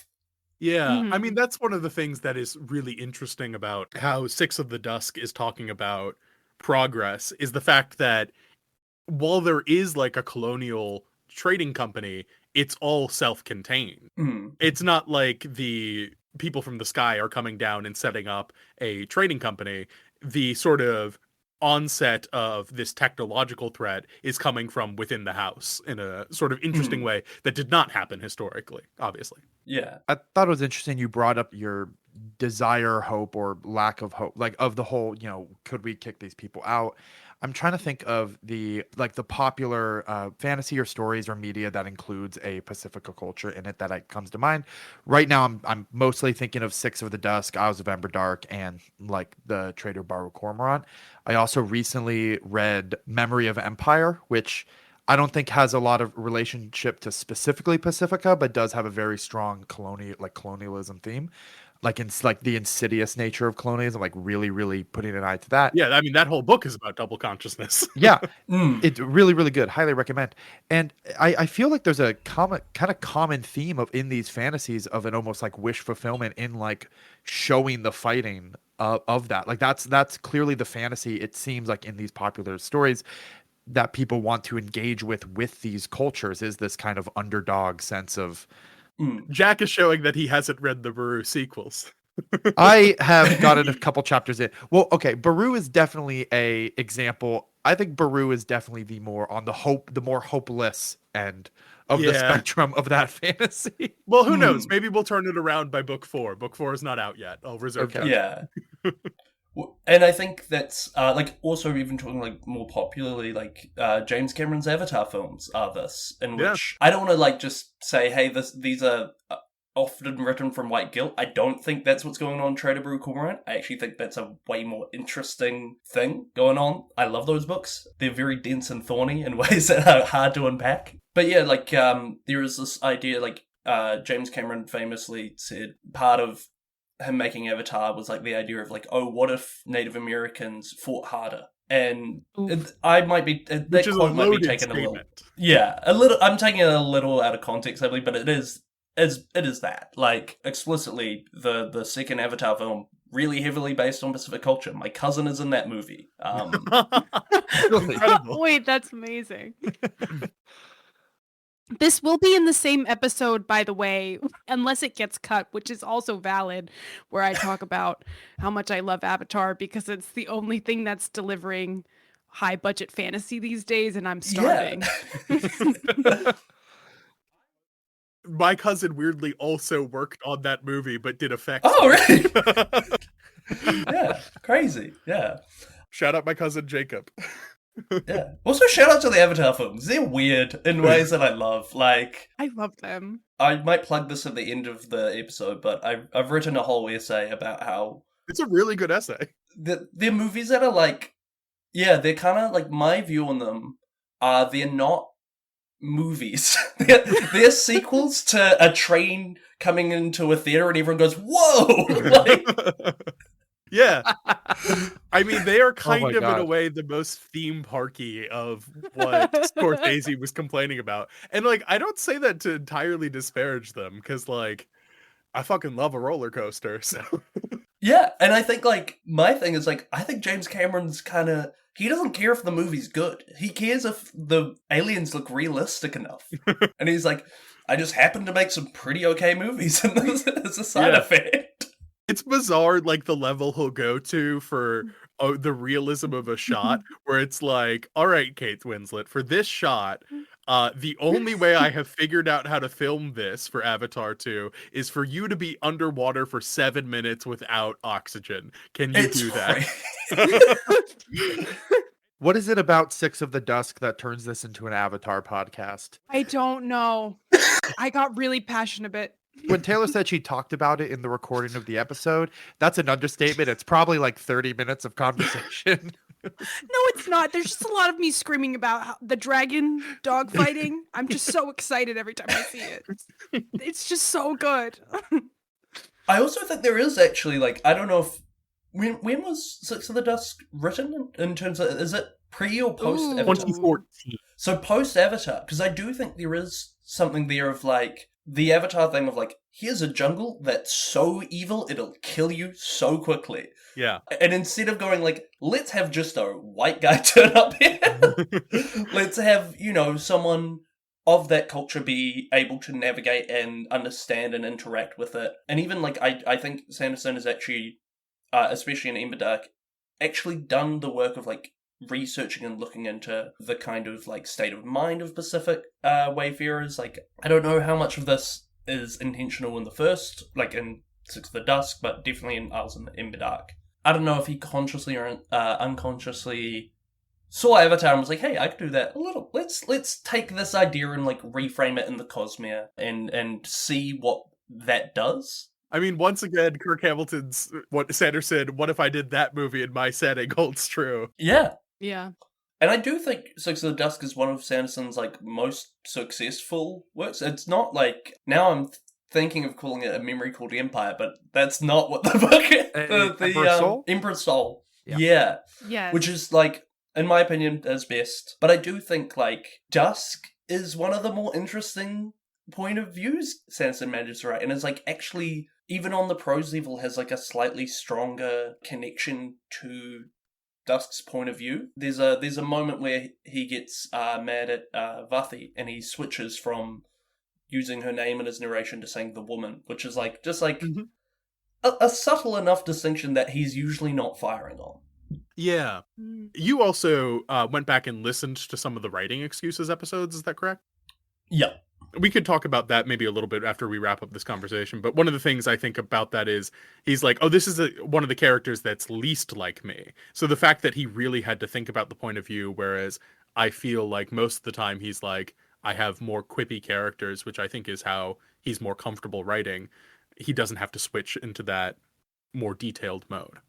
And circling back actually to Jack, what you would ask about, like, how well does Sanderson do it? I think that's one of the things where he fails for the most part. Not with Dusk, but, like, there's times where, like, he can represent the kind of aesthetic or the kind of material parts of the culture. You know, he can represent things that feel like, hey, these are the practices or and these kind of things. But it never reaches a point where it's like, hey, no one in, sorry to jump ahead to Ember Dark, but, like, no one in that book, apart from maybe Dusk, feels like a Pacific Islander to me. Like, I haven't met anyone who's like that. And, you know, I'm just one guy, but, like... Yeah. And I think Rock's actually, like, despite being kind of, you know, not a stereotype, but like a very kind of cartoonish idea of the very, very, like, friendly Pacific Islander guy who's massive, but actually does feel more real in that sense. And I think that's something that's kind of missing a bit throughout his other work and his other, like, how he writes Pacific Islanders. This is probably pretty applicable to a lot of his characters. I mean, we've talked about his, world building of cultures. I think we talked about it a lot on the Way of Kings episode, but it almost sounds like a lot of his characters are wearing the clothes of these different, they're actors wearing the clothes of these different cultures rather than really feeling like they're actually people from these different cultures. Because ultimately the voice, and he'll come up with different voices.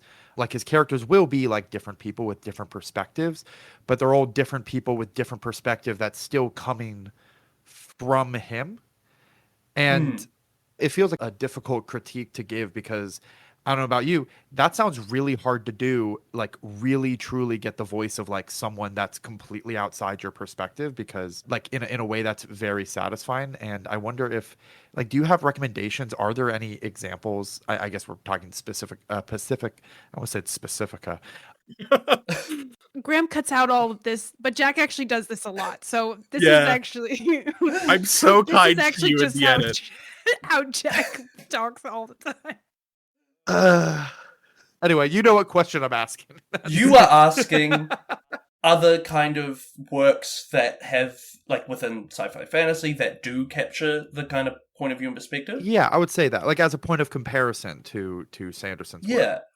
I have 3 at top of mind. I think the best in terms of just, like, nailing the feeling of what it is like to live within, like, a colonized place in the Pacific is Turncoat by T. Hema Baker. Yeah, because, like, it just starts from a point that feels a lot more grim, but, like, it's a the book is a comedy about, where the joke is, like, man, how come we're still this far behind in terms of, like, we still, like, the Treaty of Waitangi still isn't being respected, and it's been so long, and, like, and that is, like, a thing of, like, I think it is hard for a Pākehā or white writer to articulate that without feeling like it is something to be disparaging about, where this is like, hey, no, like, this is something that just is meant to be, like, I felt really touched because I was like, hey, this is someone expressing, like, a bit of gallows humor in the same way that, like, a lot of people do. So that's, like, my number one, Turncoat, T. Hema Baker. Trader Brew Cormorant does it really well in the same way, especially the later books. And then also, Max Gladstone has a book called, this is part of the Craft sequence, which is, it's Full Fathom 5. Okay. Yeah, by Max Gladstone, which is really specifically about the economic situation of the Pacific Islands, of these places where a lot of their economies are dependent on tourism, and what does it mean if you lose that? Mm-hmm. What do you get in exchange? Like, an important thing to think about when you go to, like, a place to vacation is, like, and you go like, oh, look, the nature here is pristine. And it's like, yes, because you are paying for that right now. In the same way of, like, this land could also be set up to be, a factory of some kind that produces goods to export. And the fact that it isn't is, like, an active decision that people are regularly making to maintain a place to the degree that it will be paid for as a tourist attraction. Yeah, this is not related to Pacific culture, but it's something that I think Pacific culture and Caribbean culture has in common. I'm much more, I would not claim to be an expert by any means, but I'm more knowledgeable about the Caribbean. I lived there for about 3 years as a young person, but I highly recommend Jamaica Kincaid's A Small Place, which is about that whole experience of, like, existing both as a human being who lives on Antigua and also existing as a commodity on Antigua. Mm-hmm. Of, like, I'm set decoration here too. Yeah. Ooh, I'm just writing that down because that is... It's a wonderful book. It's only like 80 pages. You could read it in a day. Oh, wow. I guess, are those the ones I can point to in terms of doing Pacific representation in ways that are really, like, exciting to me? Yeah, I think it's very hard for Sanderson to arrive at a place where he would be able to do it and maintain the tone of the stories he writes and just the kind of depth. In the same way that, like, I don't know, I don't think we're going to get a Sanderson novel that's, like, really into the, like, what it means to be a woman in Roshar, like, or... Yes. and I don't know if I want that, like... I'm hoping that with the show and the fact that I know for the Mistborn movies, he wants to write the scripts exclusively, which, like, whatever, that's fine. And I'm hoping with the show, the fact that he will be forced to have a writer's room, we get something in that realm on the show. But who knows? Mm-hmm. Yeah. That is just an interesting, like, thought experiment, is when you're talking about authors who have these like really big expansive worlds, something that very much has the room to contain those kind of perspectives in a really interesting way. It does feel like Roshar has the pieces, Roshar and the Cosmere in general has the pieces to say something really interesting about the experience of like different colonized people, like Pacifica. I mean, there already are people with a similar with wearing those clothes out in the Cosmere. Like, if there's room for almost like other authors or like other people. I think we've said before on a previous episode that we find it hard to imagine fan fiction inside of the Cosmere, mostly because it feels like such a tight, complete universe, even if it isn't, but like in the way Sanderson writes it. And I wonder if that's almost somewhere where fan fiction has a role of bringing in other voices, like this community, this world, this IP has kind of created an audience of a bunch of people from a different perspectives who might be able to use that like world to say something. I was going to say, I would honestly, instead of fan fiction authors coming in and working into that element, I would love to see Sanderson, and I think he's too concerned with creative control to ever do this, but who knows? He also has co-authors and he's willing to give away series. Fully, both Skyward and also The End of Alcatraz are both Yancey Patterson's books, like not his. So maybe we'll see this, but I would honestly think that if Sanderson ever gets to the point where he's like, I can't finish this alone, or for some reason I need more money, I would much more expect him to do something like the Rick Riordan Presents, because Rick Riordan did the Greek gods, the Norse gods, and then ancient Egypt. And then he went, anything else I don't feel comfortable touching.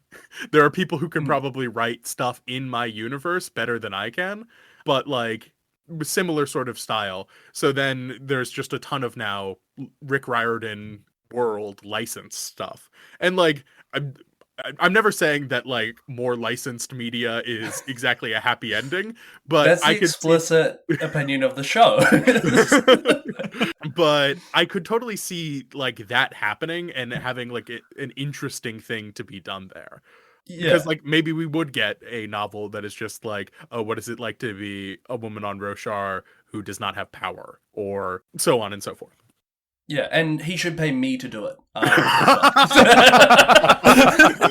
You hear that, Sanderson? We have 25 downloads from American Fork, Utah. We know you're listening. During this, someone on his team whose job is to be like, let's just make sure it's all like above board. This makes sense. Eamonn will do the book on women in Roshar. We'll take care of the one of Pacifica people in Roshar. Yes. Yeah, that'll be perfect. Yes. That'll be perfect. That'll be...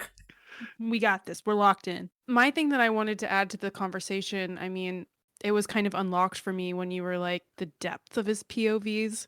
I feel like the speed at which he writes books should also be accounted for in this, because if you really want to get the depth of the POVs, I mean, I'm not trying to like, I don't know his process, but I mean, the way that we know how fast he writes books. And there's just a certain thing there where like how much research time is allotted, you know, like, yeah, could be a factor as to the depth that you're talking about. Like, he's not doing that hard POV like work in the same way that other authors who don't write 45 books a year have maybe more of the capacity to do so. But it's also like kind of not fair to say that because we're not there in that room, I guess you could say.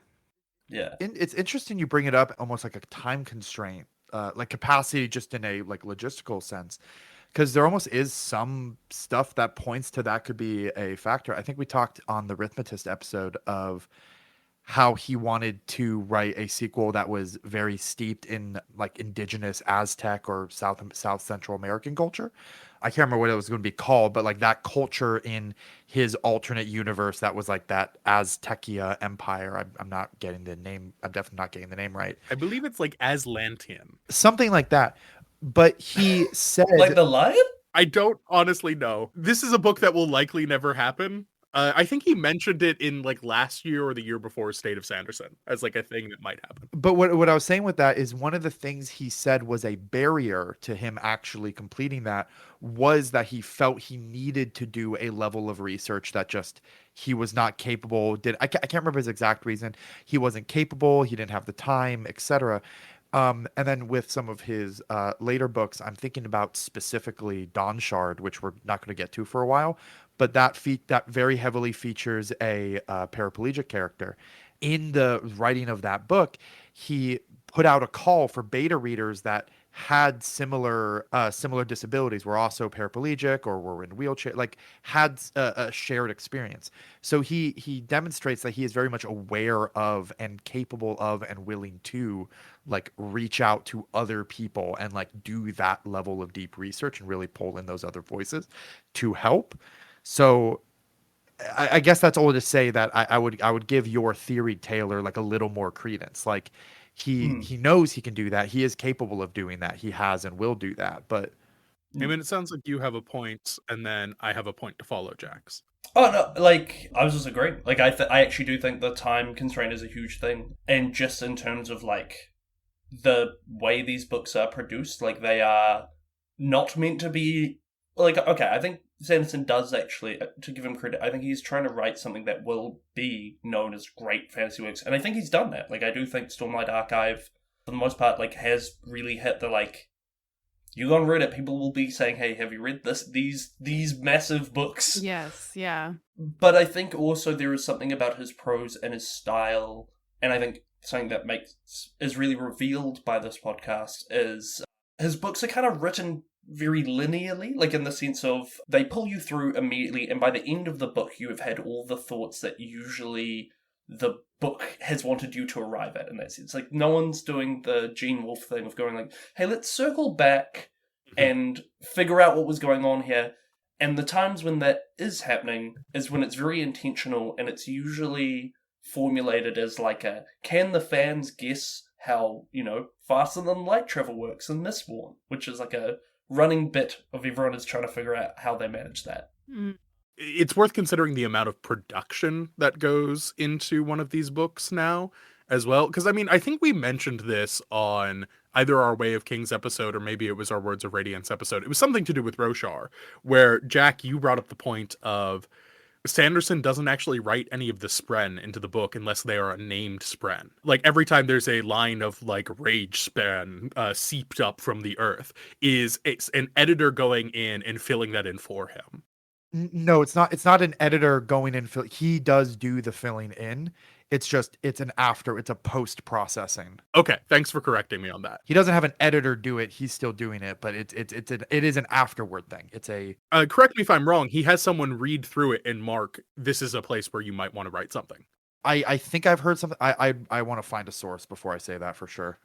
Okay, find a source for that. Oh, he has someone on staff whose job is to like make sure the physics of his magic systems are coherent and like has the answers to a lot of those things. I think this person has a separate job within Dragonsteel, but one of their roles is going like, hey, what would happen if this magical thing happened while this was going on? If X and Y, like, and obviously, and this leads to people doing, they're like, hey, can we build, complex mechanisms of Mistborn's passing? Yeah, looking at I'm pulling up my copy of Wind and Truth on my ebook copy, and this has 4 full pages of acknowledgments, and like it's artists who worked on the book, it's beta readers, it's editors. It's just, these books are not exactly collaborative, but they're not it's still one person writing most of it, but it is such a production now. And I think you only see that kind of scale with someone like, I think, James Patterson. And that's a situation where I believe James Patterson is hiring a lot of ghostwriters to do most of that, and it's just like James Patterson is an IP that they can stick onto things. One of the bizarre things about James Patterson, I think he's basically one of the few authors who can do this. He doesn't hire ghostwriters. You pay to write a James Patterson book. Oh my God. I believe that you share profits and like you get the better end of it, but you pay to write under his name. Wow. Real quick, going back to the Spren thing, I found an article on the Portalist. So I found an old interview where he said he goes back and adds them after the first draft. But now there's this article in the Portalist that's talking about Wind and Truth, like you were just saying, the one that has a big production team. And this article, it's talking about the big team, including the fact that his editor will note places that Spren should pop up in. Okay. So I don't know if that's been it's at least true for Wind and Truth. If his editor had anything to say about it in Way of Kings, I don't know. But the Spren is definitely a post first draft edition. Yeah. And the last thing I want to say about how fast he writes books and, his POV work is like at this point, he has a financial incentive to basically keep writing as fast as he can with as much depth as he already does, because that's working so well for him. We don't want to think about money over art like all the time, but like at the end of the day, his formula basically works. And so like why stray? I think the other thing is he's really, really scared of the same thing happening to him that happened to Robert Jordan. He's famously the guy who finished someone else's fantasy series. I think the last thing in the world he wants is to have someone else step in and have to finish his story. Because I think he said that, like, if he gets truly ill and sick, his intention is just to post his notes rather than have someone else finish it. Which I think that's on his frequently asked questions on his website, which is what a grim thing to have on an FAQ as an author. What plans when you die, man? Terrifying thing for a fan to ask. Well, that kind of brings another interesting thing into the equation, which are his secret projects. Like, yeah, Taylor, you're right. There is a financial incentive. And even if it's not the best faith interpretation of that is like a really good faith view of that is that he could be actively not trying to let that be an incentive, but it is an incentive. It's also something he cares about. But then he's also doing these secret projects, which are definitely the books that are where he experiments. They may not experiment in all the ways like we are like talking about right now that we think he could experiment in, but they are experiments. And even Isles of the Emberdark, which we keep referencing, and definitely we're getting Eamonn back for that episode in 2028. I believe it's been pushed to 2029 at this point, but Isles of the Emberdark is a secret project, I'm pretty sure. Like it fits into that. It's not it is one of those like not part of his publishing schedule like plan to get things out. This man doesn't stop. His speed of writing is probably not a monetary incentive. It's just that he can't stop himself. He just like cannot not. Do we have any other points that we definitely want to hit? Do you want to hit the writing excuses stuff? Do you have any other things that you want to talk about in terms of representation or how Six of the Dusk is particularly good or bad? Yeah, I can talk about a few things about Six of the Dusk. It's like, I think it's like I said, it's a mostly fun work because it is a short story. It doesn't contain like a lot, and I think I do like things about like it doesn't resolve what happens there. Like it lets colonialism be an open question, which I think is something that I think is partially what's going on with the weirdness of like. I think it's very easy when you do a sci-fi or fantasy story about colonialism to position Pacific peoples as something of the past and something that is lost or will be lost, that is one of the ways colonialism functions is by treating it as like, this has already happened. I just read Stephen Graham Jones's Buffalo Hunter Hunter. Yeah. And I was really surprised because it talks about historical things. I was like, oh, they did that there as well, because it's the same thing of the perspective like 200, 300 years ago was that the British kind of thought that Māori were going to die out, and their thing was, let's just record everything so it's that these people who will fade away into the past don't get lost, except obviously that's not how this works. Like the point of that is to it justifies the suppression and ignorance of the fact that you're on stolen land or that you're continuing to portray colonial violence. And I think Sanderson weirdly does avoid that. There's a weird meta thing happening here where it's like this is set way in the future of this series. And doing that makes us feel a lot closer to Dusk than we do to say the ones above. There is no identification happening with the colonizer in a way that you would see in something like Avatar, where the colonizers are literally humans and then it's like a different species. Yes. Mm-hmm. I've been reading George Saunders's Swim in the Pond of the Rain, which I highly recommend. A really fantastic book on writing, and there's a bit in which he talks about sexism and racism appearing in works are the result. They are textual problems. Like it is, and he does a really good job of formulating this that I don't know if I can paraphrase very well, but like he uses the example of, I want to say it's a Tolstoy story, and he goes like, at one point, Tolstoy has this whole like kind of perspective on like a good kind of peasant, and we don't get a lot of insight into like the peasantry of his novel's perspective, and that is a time like a way in which his classism textually affects the book. Like when Sanderson or when any writer messes up in that way, it is that they are putting words on the page that do a thing. It is a failure to deeply consider the perspective you're writing, or it is a failure to articulate that perspective. And like the way you fix that is you change the words you wrote down. All that is to say that like there's not a lot I would change about Six of the Dusk without turning it into a different meandering story that doesn't resolve itself as neatly. I really love Dusk as a character. I too am like looking at him and going like, yes, please more. He's a fantastic Oh my character. gosh. Yeah, you also missed my deep love for Dusk. Oh no, Eamon heard all of I that. heard that, and I was also going like, yes, me too. Oh, okay. Yay. Speaking of stuff from the episode, what do you think about my pitch of the Six of the Dusk video game? Oh, absolutely. I was like, this is actually a thing I love to daydream about regularly. Okay, good. Yeah, Also- like, I think it's also, you've also got the very video gamey thing of you can, like, you died, but it's actually just a vision you saw from Sack. Like, it lets you do research. Totally. Wait, I love that. God, Yeah. again, I really want the We double need A this. version of this that came out in like 2009 on the PSP. It's like in FromSoft games where you see the ghost of people that died in different ways. Yes. Except Yeah. or you're playing Dark Souls, but every time you die, when you go back through the area, your body's still there. Yes. Yeah. I guess with that as well as, like, there's, like, the really interesting material representation happening there. A lot of actual Pacific culture doesn't get represented. And part of that's, like, he's writing a fantasy version of a culture. And part of that is also, like, if you start doing that, a lot of things are linked. Like, you know, Rock doesn't articulate mana as a phrase, which is, like, a thing. Mana, I guess, is, like...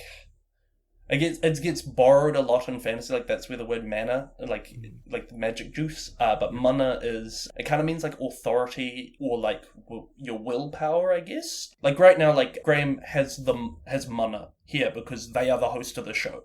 And like when they say like, hey, it's your turn to speak, that is you are using your mana. And that ties into a whole lot of things. It is different like sources you're going to get your mana from, but mana is never inherent to you. It is something that people give you and it passes through, and I like to think of it, mana is to power what like weight is to mass. Like it's a secondary kind of like quality of a thing. Okay.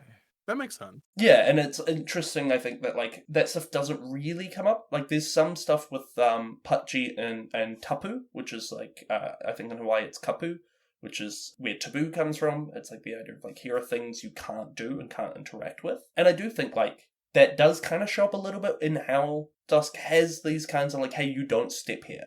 And it's because Tapu has like a very material basis a lot of the time. Like, and I guess the thing that's lacking is the other half of that coin is something called Nor, which can mean like mundane. A lot of Māori like procedure and ritual is about moving between Tapu and Nor. You do things in a certain way to lift the tapu off something, and you try to avoid mixing tapu and noa. Like the most illustrative example is like in pre-colonial times, tohunga, like carvers, were so tapu that they couldn't touch food because food was too noa, and so they had to be fed by other people because letting the food touch their hands would be a breach of tapu, and it's not in a way where it's like, hey, it's not just a respect to the taonga, it is also like the taonga is like, hey, I think if I do this, bad things will happen because we are breaking these kinds of like ritual kind of circumstances.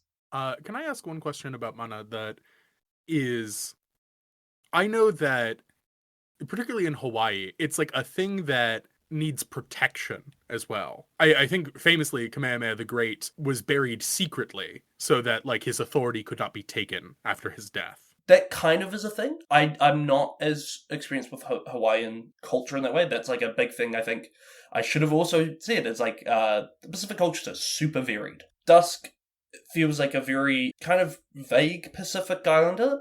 He is not like, I'm not like, oh, he's Tahitian or oh, he's Hawaiian, because we don't get like enough, like, there's not enough specificity in that way. But yeah, mana can be taken, but I don't think there's that same practice of hide.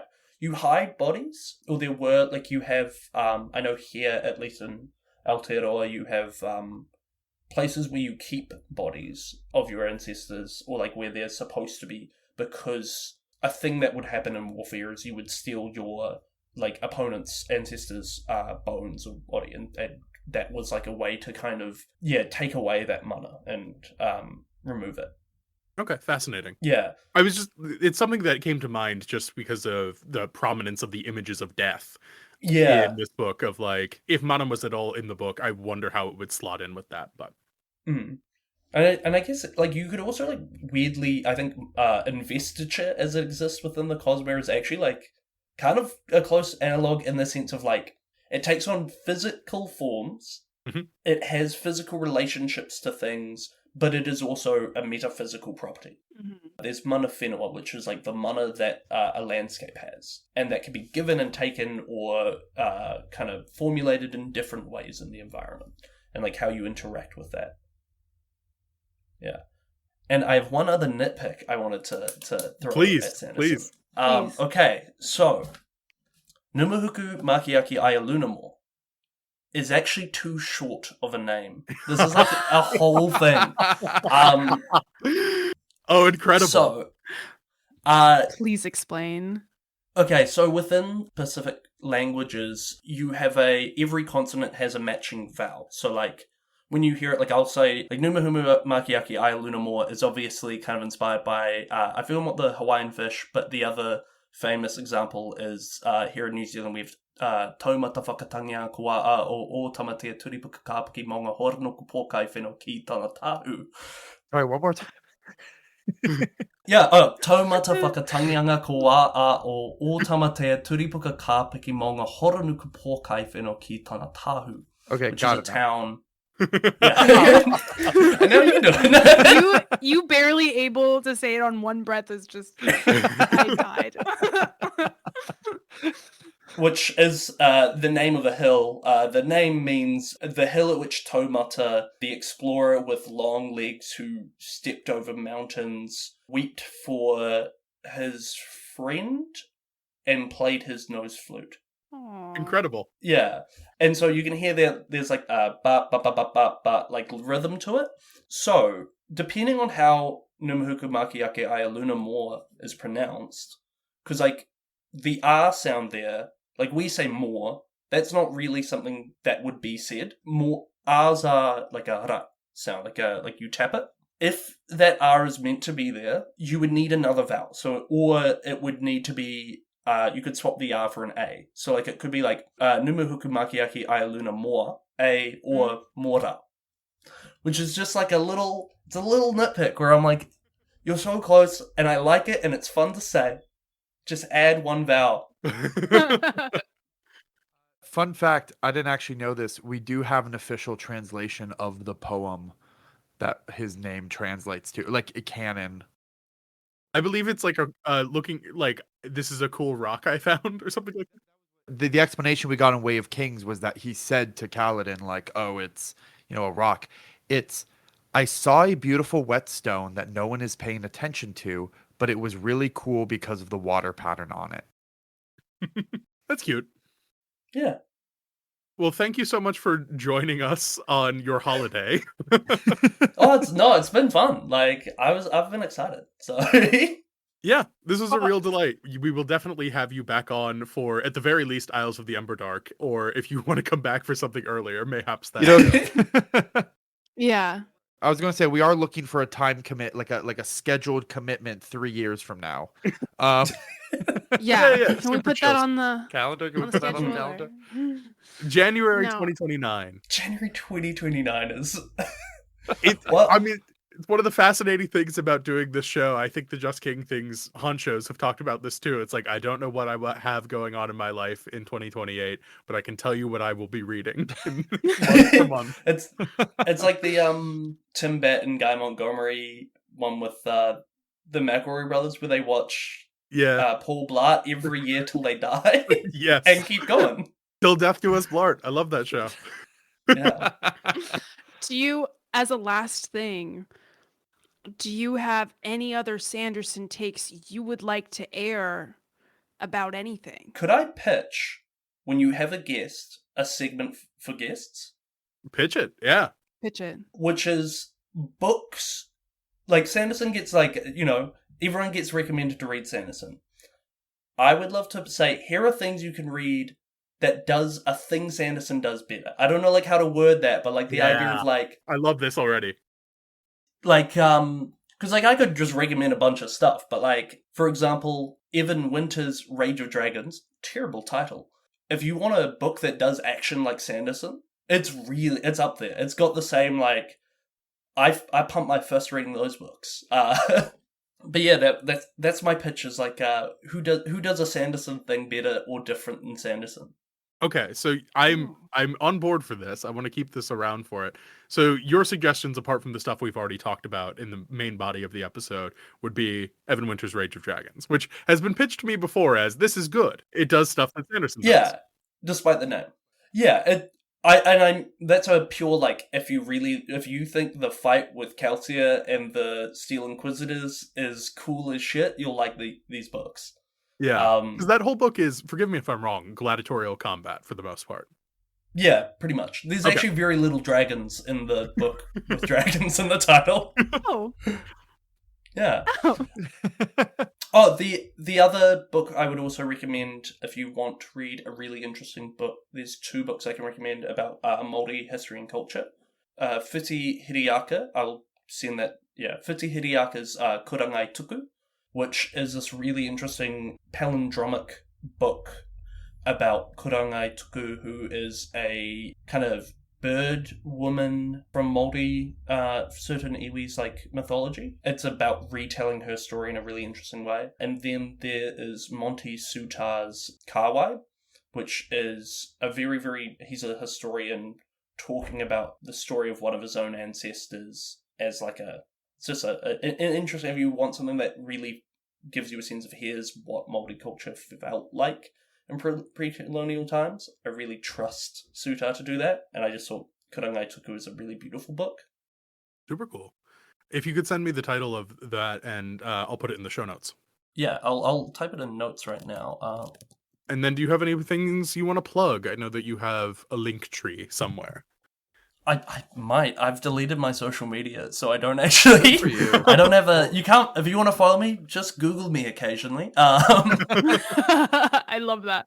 As I mentioned earlier in the episode, I wrote an essay called "The Phantasmagoria of Avatar." I am really proud of it. It is about what the hell is going on with Avatar. It's also me expressing a lot of like my feelings about Pacific representation in the Avatar films, and also like the weirdness of biology on Earth. It goes to some places. I love it.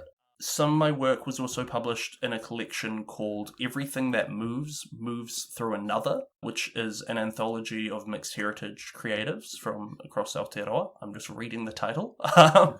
I wrote a short story called Innsmouth. It is about a fish person in the Pacific Islands. I quite like it. It's a little weird. I love fish people because, that's the other Momoki, the nickname. It's also like a fish monster, which is great. Oh, lovely. Well, I now have a short story collection to pick up. I don't know how easy it is to find because it's from like quite an indie publisher in New Zealand. I mean, I managed to get a library copy of Turncoat, but my hold lapsed before I read it, so I just bought it as well, and I had to get it shipped from New Zealand, which was actually shockingly affordable. The shipping was only like $14, which was not bad at all. That's so unfair because it's like the opposite here. Like if I want to get anything from the US, it's a full like $80 like extra to buy a book. Oh no. Jeez. Oh my god. This was a fantastic conversation to have. Unfortunately, I, like Graham, also have to get going. So Yes, Yeah. we will Yeah. wrap everything up here. Thank you so much for coming on the show. This was a delightful conversation. We definitely want you to come back in 2029, I'd if love not to. sooner, given how Yes. far away that is. Please. I'll talk about, his representation of women. Yes. Exactly. Yes. All right. Well, thank you so much for coming on. We will pivot back to the main body of the episode, or maybe this will be its own thing. We'll see what I decide to do in the edit. Yeah, I realize this is way longer than I thought it would be. Totally fine. Do you want to say our outro? Grab a book and hit the beach. There we go. I feel like I'm advertising. No, this is lovely. We're back. Now on to our shortest section ever, because I have nothing to say. Well, yes, you do. You're doing the Yes, you summary. do. I'm reading the summary. there you go. We're talking about Dreamer, which was part of the Games Creature Play anthology. I think we should just dive into the summary. Yeah, I'll read the summary.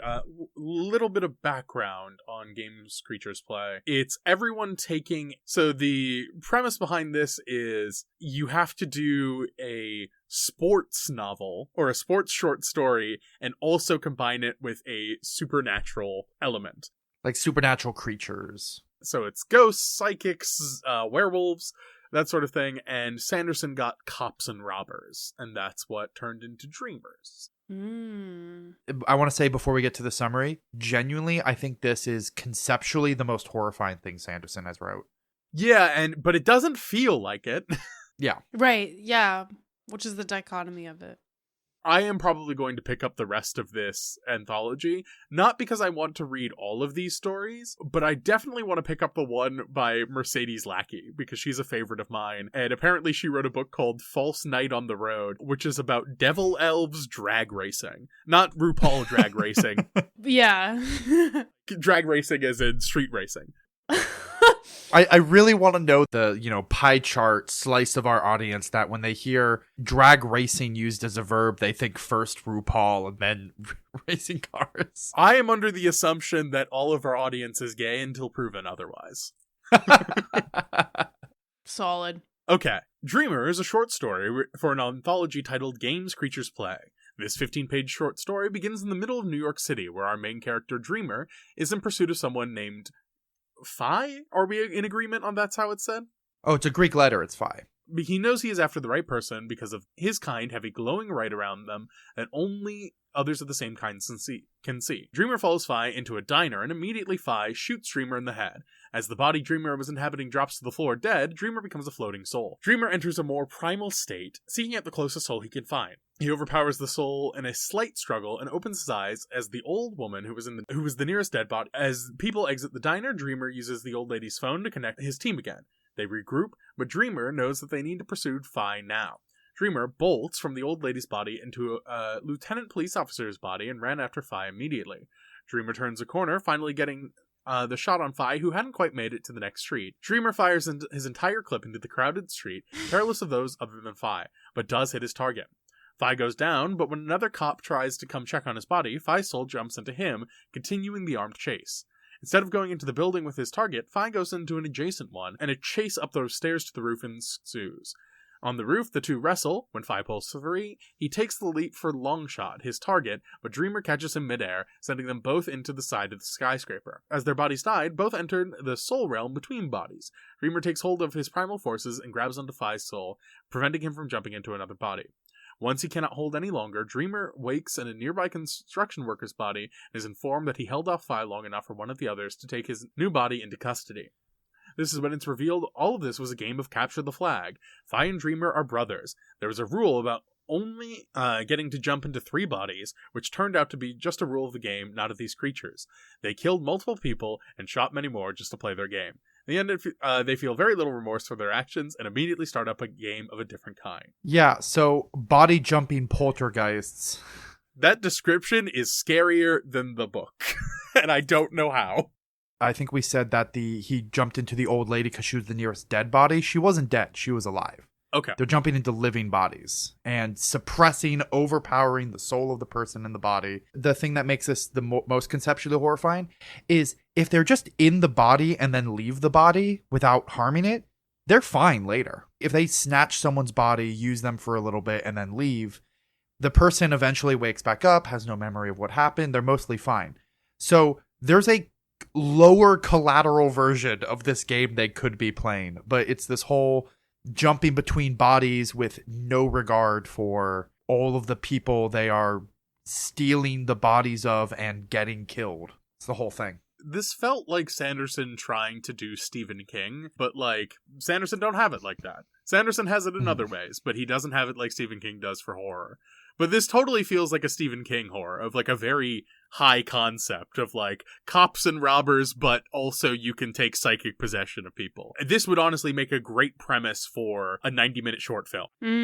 There is a video game where this is the premise, I'm pretty sure. It wouldn't shock me. I have such a clear vision in my head of this game, but I can't remember what it's called. But it's a game where you're doing that. You're solving a murder, but you're a ghost that's jumping between people's bodies. This is the main gimmick of Watch Dogs 3, I believe. I don't think it's specifically psychic, like you psychically possess people, but the whole gimmick of that game is you can switch and take over the body of any single player.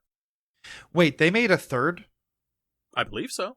I didn't even know they made a second Watch Dogs. Watch Dogs 2 is... Okay. It's not great. I only played the first one. Hold on, we're on this tangent. I didn't like any of them, but I will say the first one I think has an incredible article about it, which made my time with it almost worth it. Famously, Austin Walker, who of course has done work for Waypoint and is now creating his own tabletop RPG, did an incredible article about both Watch Dogs and Shadow of Mordor, sort of making similar and related critiques of both games. But like one of the things that he thought about in that game was like, I can rob a person, but when I hear someone talking about how little money they have in their bank account and they can't pay rent, there's no mechanic for me to like give them money. That seems like something that if I am going to be like a Robin Hood vigilante stealing from the rich, I should also have the ability to give to the poor. And just not in the game. Anyway, but yeah, no, that kind of like body switching I have seen in several games before. I don't know what game you're talking about where it's a detective game. That sounds rad. I would love to play it. But I've seen several shooters do this. Mm-hmm. I'll find it. Yeah. 15 pages, and yeah, the horror is really just in the whole, like, at the end, all this death and chaos they were creating, chasing this one guy, stealing people's bodies, completely stripping their decision-making, probably getting them killed. It's just a game. Like, it was literally just for fun. It was just because they're bored poltergeists. Yeah, they have their own stakes that they invent, that you find out that they just invented for themselves, because they were like, oh, you can only jump into 3 bodies, and you think, oh my god, they're gonna die because this is like a Sanderson book and this is like the hard magic system. No, they didn't die. They just like would be at the end of the game. Like they can't play their game anymore, but they're still good. 2 brothers are complaining about whether one of the others cheated. And that was the point. Like, this was a horror short story. Like, it is meant to be terrifying. Yeah, I just don't think it's a particularly good one. I mean, I like that premise and I think that ending is cool, but you know. I think I had read, I don't remember where I read this, but the equivalent of a back of the book blurb. So I knew it was about poltergeists playing cops and robbers. So it wasn't a twist. It wasn't even a twist for me at the end. It was just like an extended action. Like I knew the whole time that it was, you know, they're just playing a game. Dang. Yeah, that definitely made it better for me, where he definitely got me in the end, where I was like, oh, okay, that's an interesting twist. Like, it was still only 15 pages, so you can't really get that deep into it, but like, it was interesting. I think that this also goes in my theory that anything that's not really in the Cosmere, he doesn't necessarily give the same attention to. Not that it was written poorly. I think that there was definitely much more poorly written short stories. I just think that it was like, there's not a lot there. You know? Like, it was very straightforward. I don't know. I mean, I don't know that there's much to say about a 15-page short. I mean, like, at the end of the day, this was just a short story written for fun. I feel like there's sometimes where I'm reading these short stories and I'm having a bad time. I didn't feel like I was having a bad time. I was, like, enjoying the ride. So there's something to be said about that. There's a lot there to be said for its brevity. It doesn't really stick around enough for it to be annoying. Yeah. I had a good time. In and out. One thing to say, I guess, from a meta perspective is I feel like we've gotten a lot of short stories or little where Sanderson was invited to to write something for an anthology. Is it common for like sci-fi fantasy authors to participate in lots of anthologies like this? Or is he unique with how many he's doing? Very common. Very common. Very common. Okay. It depends on the kind of writer you are, but George R.R. Martin was famous for doing this kind of thing for a long time. He and his collaborator Gardner Dozois, the two of them would basically say, all right, here's the high concept premise. Remember when you were a kid in the 60s and 50s? Well, congratulations. If you remember that sort of thing, we want to invite you to our big collaboration. We're going to do Old Mars and Old Venus. This sort of like 30s style fantasy that we read as kids, where we didn't really know what those planets actually looked like or what visiting them might entail. So they have like a much more fantastical element. And then they invite 30 authors, 20 of them say yes, and then you have a short story collection. Not every author who writes short stories is like this. Ray Bradbury just famously wrote 800 or something like that short stories, and he was probably submitting these to like Analog Magazine and stuff like that. Yeah. Yeah, there's something else to be said where like the more Sanderson says yes to anthologies, the more he'll get invited to more. Too. So he's said yes to a lot of anthologies at this point, so he's going to be asked more often now too. Yeah, of course. Wasn't there just one that came out, Tattered Realities or something? Tailored Realities, that's a short story collection of everything he wrote. That's not a... Okay. That's just another Arcanum Unbounded, like, updated. Yeah, and actually, it includes all stuff we've already read. Except Snapshot. We haven't read Snapshot. Okay. Oh, maybe it's more of his sci-fi stuff. It's all specifically non-Cosmere and sci-fi. It has Dreamer in it. It has the thing we just read in it. Well, there you go. Oh, that makes sense. It has Mitosis, Firstborn, Defending Elysium, Dreamer, I Hate Dragons, but then also Snapshot, Brain Dump, Perfect State. Snapshot and Perfect State we're reading this year. It might be worth it for us to pick up this book so we could just have one book. You're right. It is the non-Cosmere Arcanum Unbounded. But apart from that, I don't think we have anything more to say. So let's move on to what I am most eager to talk about, The Way of King's Prime. Guys, I'm begging. Please don't make me read this full thing. Please! I don't want to read it. I really liked it. Okay, Graham, you might remember. Somebody remind me the context of why this came out. Like, what this is this is the 2003 version of Way of Kings that Sanderson started, abandoned, and then rewrote into The Way of Kings we know and love in, 2010, 11, whenever that came out. Okay, so this came out in several forms. So the one that's really worth talking about is in 2020, there was a big Kickstarter for the leather-bound edition of The Way of Kings. And this got released there as a full thing, as a Sanderson Curiosity, which is like a new publishing effort of like some of his trunked, unpublished novels that had like rich ideas, but were eventually cannibalized and turned into other books. Like he was going to release them as these Sanderson Curiosities. So it was published as a free ebook, and then it also got, because the Kickstarter did so well, it also got an audiobook read by Michael Kramer and Kate Redding. So the same people who read the Stormlight Archive. I think you're a little bit too far, though.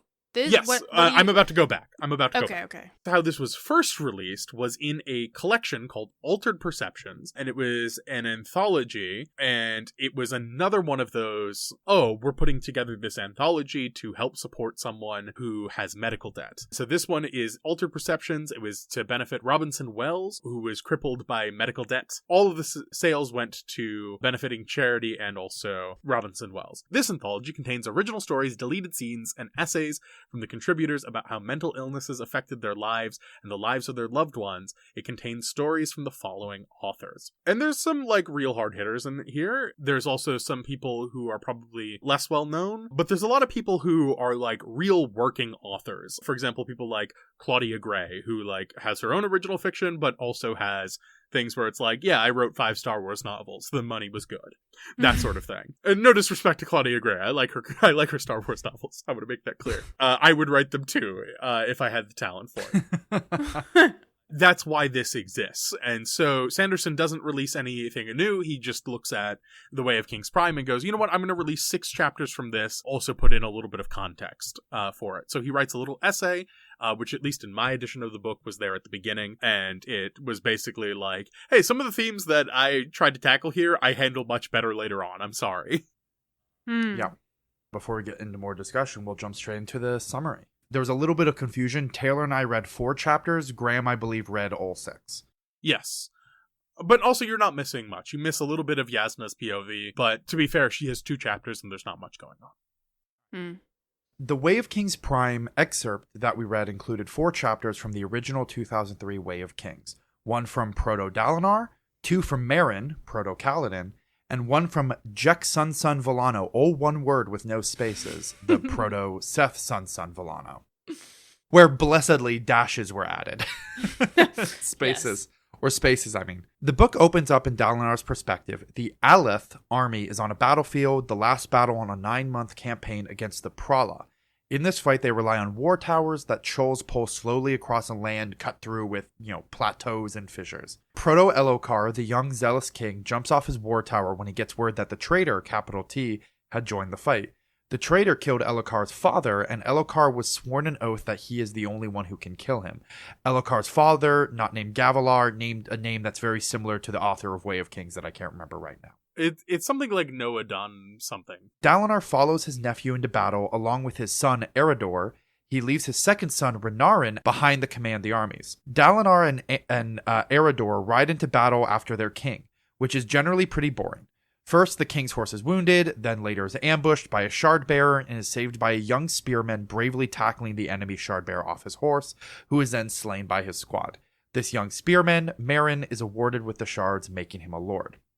Scouts later report that Renarin's army has repositioned to respond to a large flanking army that had been discovered, which angers the king as the traitor was seen with this flanking army and he needs to be there to defeat him. The king and co wait out a high storm, which is just sort of a storm, then go to the site of the flanking army, where they find their own troops slaughtered in what appears to Dalinar as a very strange battle. More enemies are killed than Aleth troops, and apparently by heavy weaponry. There are signs that maybe a third party had been involved. They eventually find the body of the traitor, the man responsible for the king's father's assassination. Elokar is enraged by losing the chance to kill the traitor himself, and takes it out on Renarin, who was responsible for the command that led to this death. Dalinar talks him down from a deadly duel, and instead Renarin is stripped of his shards and rank. In the 2 Merrin chapters, we see Proto-Kaladin wake up from his concussion-induced nap to find that he is now a high lord and owner of shards, which in contrast to the Kaladin we know, he is absolutely thrilled. This excitement wears off quickly as his previous lowborn friends are now awkward around him, and he is left with no direction on where to go and what to do now that he is high-ranked. Nobody is there to explain anything to him, so he just sort of wanders over to the lord's part of the camp, where he is insulted by Meridus, a low-ranked lord but friend of Elokar, before Proto-Adolin Eredor shows up to defend him and lets him know that Dalinar is looking for him. Also, just going to interrupt for a second. Notably, this is Amaram. This is Bright Lord Amaram, because Amaram's first name is Meridus. I was thinking that. I was remembering. Wait, that really? I thought it was Proto-Sadius. I mean, it's proto both. Yeah. Anyway, Dalinar tells Merrin that the king has already forgotten that Merrin existed, but that Dalinar would love it if Kaladin joined his house and became Merrin Colon, skipping the entire arc we eventually see in Way of the Kings and just skipping to the beginning of Words of Way Radiance. of the Kings. Way of Six the of the Kings. Dusk. Days after the battle, we learn that Merrin's only real similarity to Kaladin is his hatred of horses. Merrin is still getting used to being a lord with the help of Eredor, who is being incredibly open, friendly, and trusting of him, unlike Adolin. Merrin gets to know Eredor and Renarin more as he is taken to the battlefield where the traitor was killed, and they investigate the carnage for signs of anything strange happening, as Dalinar suspected. They first discover exactly what Dalinar already discovered and talked about in the previous chapter, that most of the deaths weren't from spears, the most common weapon in the battle. They think that maybe a third army disguised itself as one of the two sides, but Renarin realizes that they must have collected their corpses from the battlefield afterward. The chapter ends with the trio returning to camp and discussing what they discovered that, yet again, the previous chapter Dalinar already discovered and we are rereading, and they report it to Dalinar and Yasna Kholin. Jak Sun Villano's chapter follows the honor bladeless Shin assassin as he sneaks into the Vedin capital to assassinate the quote-unquote simple king. He kills a pair of guards and easily makes it to the king's chamber, where he finds that the king is awake and waiting for him. He discovers that the king isn't stupid, merely deaf, which makes everyone think he's stupid. The king reveals that he has already killed Jak's employer and claimed his Oathstone, then directs him to kill the entire Devar family. Which I actually think is fascinating, because this chapter is largely transplanted in its entirety as just the Taravangian chapter we see with Seth. Yeah. It's really fascinating to see what stays and what changes. It's such an interesting dig into the writing process, because I see my own writing process in this a lot. As you start something, you build up a bunch of ideas, it kind of knows what goes nowhere, and then later on you kind of Frankenstein together like these spare parts like that you kind of liked and you kind of like the feel of, and put them back together. One thing I think is interesting is that this is Way of Kings, but it starts where Words of Radiance starts, basically, in terms of all the character relationships and all the characters being together and how they kind of relate to each other. And I think that's good. What? Yeah. I don't. One thing to get out of the way, which this is not a slight against Sanderson, because this is a draft. It's not like this is the final version, and also was written in 2003. 3 years before, or 2002, 4 years before his first actual published novel. But the writing is very bland and colorless. We've described that Brandon Sanderson is a pretty utilitarian writing before, but this has really highlighted how he's not as flat and non-descriptive a writer as you can be. For the most part, I found the writing here, it's very flat, it's very colorless, the descriptions are not super interesting. That's true. The battle is not super interesting. Once again, this is a draft. It's not like we're reviewing a final product that Sanderson made. On the contrary, though, I feel like this, to me, when I was reading it, I felt like the Stormlight, but written in like Mistborn's style of writing. Like, I feel like it was very Mistborn to me. Interesting. I mean, that's one of the things that Sanderson says in the sort of introduction to this, is he says, I think this book is of a very similar quality to Mistborn, which he wrote immediately after this. Oh. And also, like, I know that, like, the two of you are like, this is a draft, it's not very good. Listen, I think that this writing style is so similar to Sanderson's other writing styles of it being so utilitarian that, like, I genuinely didn't notice a difference between this and some of his other work. I was like, yeah, this is the Sanderson House style. And the main thing I noticed is this book is way better paced than The Way of Kings. Granted, we do have this issue of a repetitious chapter, relearning stuff that Dalinar had already picked up on, but I do think we get some interesting character work there, particularly the stuff that's going on with Renarin, I think is cool. There's an implication there with Renarin that there is something deeply wrong with him. This is eventually replaced by the fact that he is a Knights Radiant in the books that we've read, but here it seems there's something deeply wrong with him in the same way that Taravangian has something deeply wrong with him. That is the implication I was getting. I think I have to disagree. I feel like you're saying it's better paced because it's faster and it gets to like the point faster.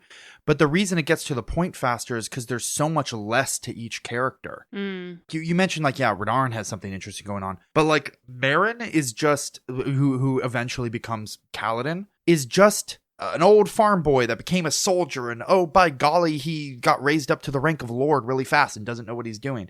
There feels like there's so much depth and interest in color kind of taken out of this.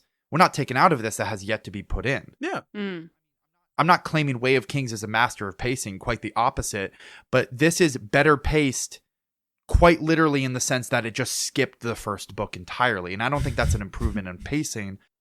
The Way of Kings introduced a lot more depth, a lot more color, a lot more like interesting elements, and Kaladin is a so much more interesting character than Merrin, even from the beginning, because he has this like tragic backstory. He has opinions. He has a personality. A counterpoint to that, I don't think most of Kaladin's writing in Way of Kings is very good. I don't think Kaladin becomes an interesting character until almost halfway, maybe even 2/3 of the way through that book. I find the sort of just sitting with his backstory very, very frustrating. The fact that we get directly to characters bouncing off each other and a mystery, which I think are the two things that Sanderson is good at very early on, is way more satisfying to me than the intro of Way of Kings. And granted, at this point, I have read enough of the Stormlight Archive that obviously, I think Words of Radiance goes to a better point than stuff like that. I think that book is clearly more well done, but I think there's something to be said for how quickly we get into the stuff that I wanted from both Way of Kings and Words of Radiance, when I feel like a lot of those books and my critiques of those books have been wheel spinning. So to see a book be like, here's where you wanted to be in Words of Radiance just immediately, I found immensely satisfying. And I didn't actually care that Kaladin had not a lot of similarity to Meryn or anything like that. And also, I assumed that Meryn's arc was going to be, we read 2 chapters of him. He didn't have much character work. We'll read more and more of it as it goes on. Mm-hmm. I mean, I get it from like an overall pacing perspective. I think I'm thinking of it too strongly as in like I'm reading Meryn and I'm being like directly comparing to Kaladin. But I think if you look at it just objectively as like a character, I feel like Kaladin has more going on than Meryn does, even in just the first 2 chapters. Like Kaladin, like, yeah, you're saying you don't like the sitting with his backstory, but there's still more to him. There's more depth, and I think he has a more interesting relationship with the characters. And I guess it's just a matter of opinion on how like much we get to that. There is more interesting stuff going on, but I did not like the experience of reading either of those chapters. Every single Tavlakov chapter with Kaladin, I find insufferable. It just grinds everything to a halt. But like the first 2 chapters are a promise of like what's to come. And I feel like the promise of someone being like the coolest guy ever and then a slave is much more interesting to me than the promise of like this guy was just some dude and now he's a lord. Well, I don't know if he's going to be an interesting lord. I don't know. Like, you're also saying like we got straight to the part you wanted to be in Words of Radiance, but you're also reading this with the perspective of knowing these characters and more about them. If you look at just we got to the point in Words of Radiance where they're all together, but also all of these characters, based on the actual information we've got about them, we're sort of transposing what we know about their final versions onto them now in this scene and seeing them quickly get together. But in this book as its own book, we don't have those depth of characters. Most of these characters are pretty flat and boring. I mean, I think they're remarkably similar to what Sanderson normally writes. Granted, I think they are better in the final versions of this, but like, this Dalinar is not that different from the Dalinar we get eventually. This Dalinar is not that different. And also, the Yasna perspective, like, granted, Yasna is like a cool wizard in this, but like, her character voice is pretty similar. That makes sense considering Dalinar was originally like the main character of Stormlight in Sanderson's original conception of it before Kaladin became like more important in his original idea. So it makes sense. Like Dalinar was kind of where he started with this story. I'm definitely also just comparing it to the version of Roshar we get in Way of Kings and Words of Radiance to this one. And that a lot of that has to do with, I do think Sanderson has become a better writer in the 7-8 years between when he wrote this and when he wrote Way of Kings. I think the most interesting part of this to me is just the kind of piecemeal, like what names and ideas and whatever. Like one thing I thought was really interesting was Dalinar's referred to as the Parshen, very similar to Parshendi. The Parshen to the king, which I don't think we get an explanation of what that is in this excerpt. But it's implied to be some kind of like a sworn knight of some sort or protector or servant. He is beholden to the king's will completely. And then that like becomes Parshen. Like he uses that same word then for the slave race that does not currently exist in this excerpt, but like would then exist in the... Yeah. Can we finally talk about my favorite part of this? Which was go for it. The goofy ass names. I was reading this and I like could not take any of this seriously. In this Dalinar, they've got 1 letter difference where there's he's Dalenar, and then the final he's got an I instead of that E. And I was like, Walton, why do you like they seem pretty similar? And he was like, maybe people were reading it as Dalenar. Now in my head, I just read it as Dalenar. Like this goofy guy is Dalenar. Your boy Dale. Dale. Eredor. I'm like, I don't know. I just thought it was like Aragon, and then like also like Marin. I've read as Merlin pretty much every time. Like these are just goofy names. Like I just could not take any of them seriously. I mean, to be fair, I think that like Sanderson is not dodging the goofy names accusation in any of his work, but it's like such an alternate and weird reality of like these characters I do know that I'm just like, this is so weird. Like I just like couldn't get over it. There are a lot of names that stick around, and you can clearly tell those are the names he sat on and realized were like hits. Like, we're like, okay, he did come up with some names that worked and some names that didn't. Meridus is, he reuses that name. He also changes things. Like, they're not the Alethi, they're the Aleth, which doesn't have good mouthfeel, I feel like, compared to Alethi. Alethkar is still a thing. Kolinar is still a thing. Those are names that, and Renarin is still a thing. But then Eridor is changed to Adolin. Instead of Jek Sun Villano, one word, no spaces, it's Seth space Sun space Villano. Wait, that one also made me giggle. Jackson. Your name's Jackson? Oh, okay. Wait, sorry, Jackson Sun Villano? It's so weird as one word. I can't. Yeah, it's bad. I hate it. Another thing that I think is sort of interesting, Dalinar has another son who is dead, who died in the same attack that Gavilar or fake Gavilar died in as well. I think that's a really interesting conflict to give him, particularly because it seems like this dead son is taking the place of a dead wife. And granted, I think the dead wife stuff and the fact that he can't remember it is more interesting and is a better hook for a mystery. But I like that we are immediately getting a lot of hooks for mysteries of like, who sent this assassin after Elokar? What was their idea there? And then there's another hook of this mysterious force that like killed everyone there, including the traitor and also the force that Renarin sent after them. And then we're getting a hook for the Parshendi, or what was the Proto-Parshendi, because there's a specific thing of like, they don't leave any dead behind. And we know that about the Parshmen, is they take their corpses with them. No, he actually flips it. The Parshendi do not touch their corpses. They specifically leave their corpses behind and don't touch them. Yes. But the thing that stays is they have a particular relationship, like a very particular way of treating their dead. That's what remains. Yeah. Oh, the war towers as bridge runs. Yes. He clearly had a really specific idea for this idea of wars across these plateaus. I mean, I think we've said it before, but we've talked about it a lot before, but Sanderson's not shy about the fact that a lot of his big stories literally start with pretty simple ideas of, man, that would be fucking cool. And then he builds a whole story around them. And the thing for Way of Kings was the slot canyons of Utah in like Zion National Park and magic swords that cut through anything. I think Shardblades and Shardplate so far, I mean, you talked about mystery.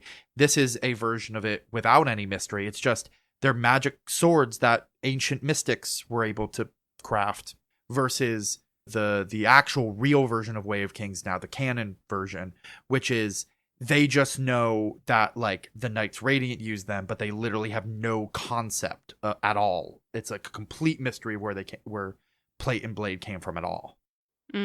They also, if you read the introduction to Altered Perceptions, I the way that you're talking about your introduction, I think we had different introductions.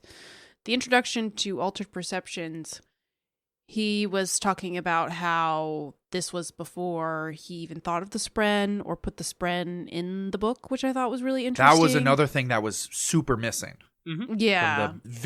From the vision of Roshar and what Stormlight Archive looks like.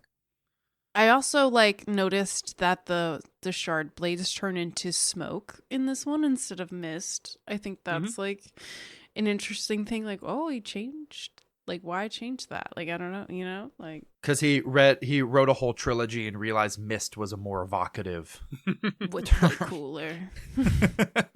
Everyone does smoke. Me, I do mist. Yeah. 10 Heartbeats is still here. There's another thing that I think is really funny. We see a lot of the origins of the Infinity Blade novels here. Yes. That was one big change I wanted to talk about. This excerpt we read is really full of everyone's living by this very strict code of honor, the protocol. That's the Infinity Blade connection is shard bearers are expected to like one-on-one duel. Like there's a point where 3 shard bearers ambush the king, but then they still just go to him one at a time because of the protocol. Everyone is like really into this idea of honor and all this stuff. Like, for example, Kaladin kills or is primarily responsible for the death of the Shardbearer, so he gets the Shard Blades. Smash cut to actual Way of Kings, and that book seems so much more skeptical, not of our honor itself, but of how much people are actually going to follow it. Because Way of Kings, it keeps this idea of it's a society very built on these ideas of honor, and then it's very much like, yeah, but no one's actually following any of that shit. The Way of Kings Prime is everyone actually follows the protocol. And then Way of Kings actual is... No, again, we've only read 6 chapters of this, or at least, in my case, 6 chapters of this. But we immediately get someone who doesn't follow the protocol. That's the, kickoff of this book. Someone who tries to backstab Elhokar. Kaladin, or Merrin, is the only one heroic enough to prevent that from happening. But that's a villain. That's an exception. Right, I know, but that's my point, is... I think this book also wants us to doubt this code of honor. It does seem like on the battlefield that there are specific rules that seem like they're followed, but also, this seems like it's also introducing doubt in the same way at the beginning. Like, there's a famous traitor. Not only a traitor, but capital T traitor. This book also wants us to be doubtful of, honorable things in a similar way. I just think it's interesting how the idea of honorable dueling having specific rules gets reused in this licensed novella duology that he also uses later. Yeah. But a lot of this is here. Spoilers, just by something I learned by looking at the Way of Kings Prime Coppermine page. Vasher is here, and he's called Vasher. He's not called Zahel. He's just straight up Vasher. Interesting. He hasn't even written... written Warbreaker. It's fully Zahel's arc in Words of Radiance. Something we know about Warbreaker. Warbreaker exists as its own book, but was written as a sequel to a book that had not happened. Warbreaker exists as this character comes from another world, and now he's on Roshar. How did he get to Roshar? Well, let's write his book about him being on his own planet first, and then we'll write that book about him going to Roshar. I don't think I knew that. Where'd you hear that from? Yeah. I think I knew this on research for either Warbreaker or looking up something to do with Nightblood. But this is something that he has said multiple times. Okay, interesting. Let me find a source for that. Oh, yeah. Here, it's on the Coppermine trivia section. Vasher originated in the Way of Kings Prime, and Warbreaker was created as a sequel for his appearance there. That hasn't been revealed yet in the timeline of where we are in this podcast, because it was at the Firefight Seattle U-Book signing. Okay, so it's 2 months from now. Okay. I think we really need to talk about this, though. Are we going full send when it comes around that he actually released The Way of Kings Prime? Now that we've read an excerpt. I'm down. I don't want to read this book.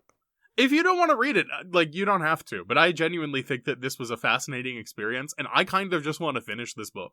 Wow. I don't know. I'm mixed. Well, then we have to, right? Then we have to tell Graham that she's wrong. Yeah.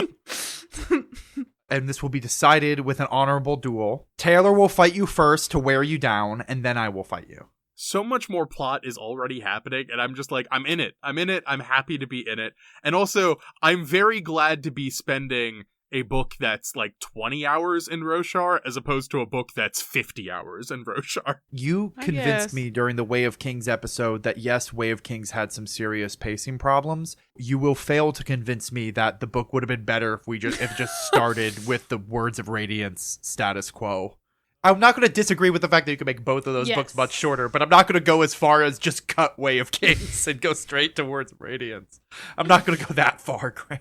Yeah, I don't know. I'm willing to cut way more because I also don't think that Kaladin gets interesting until halfway through that book. That's crazy. I am very much of the opinion broadly that when your book starts to get interesting, that should be the start of the book. If you have a boring prologue or a boring first act, cut the first act. You can know about it. Your readers don't have to. That's true, though. The analogy that just came to my mind is you're asking someone who hates the Avatar movies, for the Avatar franchise, for example, what they'd cut. And they're like, oh, well, obviously the most rational thing to cut is the whole movie.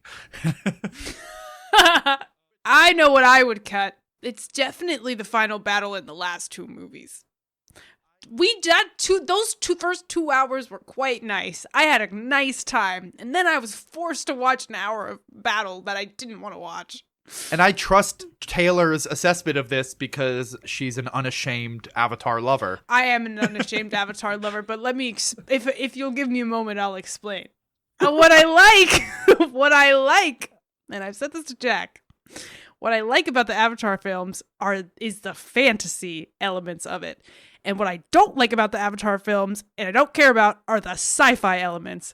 I don't care about what the humans are doing. I do not care about them and their guns. I do not care about any of that. I care about Pandora. I love Pandora. I love all the animals. I love how they're all connected. And I think that their magic is really cool. Are you going to go to the Disney World, Pandora I World want of Avatar? to go so bad. I want to go so bad. I'll go to the Pandora World, and then I'll go to the How to Train Your Dragon World, and I'll have a great time. Those are like, that's it. I'm actually so, like, I actually, like, Graham, not even joking, I love Avatar. Like, I actually love Avatar. Like, I was so excited for this movie.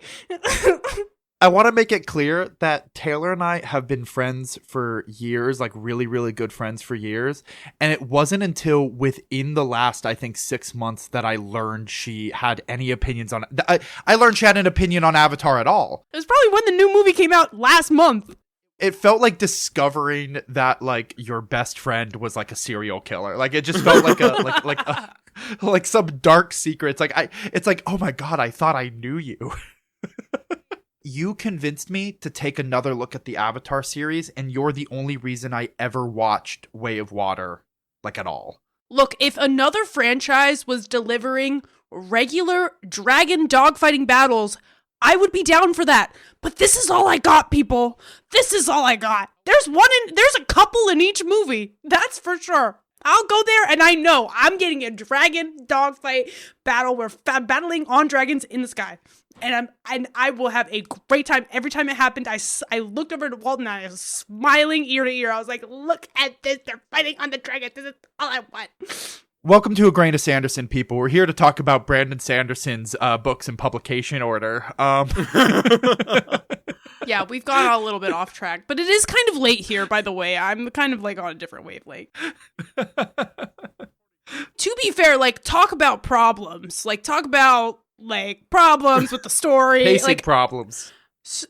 Talk about pacing problems. Talk about, like, colonialist problems. Like, talk about all that stuff. Like, for sure, I hear you. That's what I'm trying to say. I'm there. Things I love about Avatar and that I will always go back to the theaters for are just because no one is as crazy as, like, James Cameron. Like, I want these giant directors to do fantasy movies. Like, that's all I want. And, like that's what I'm going to the theater for. Like, I was like, but high fantasy.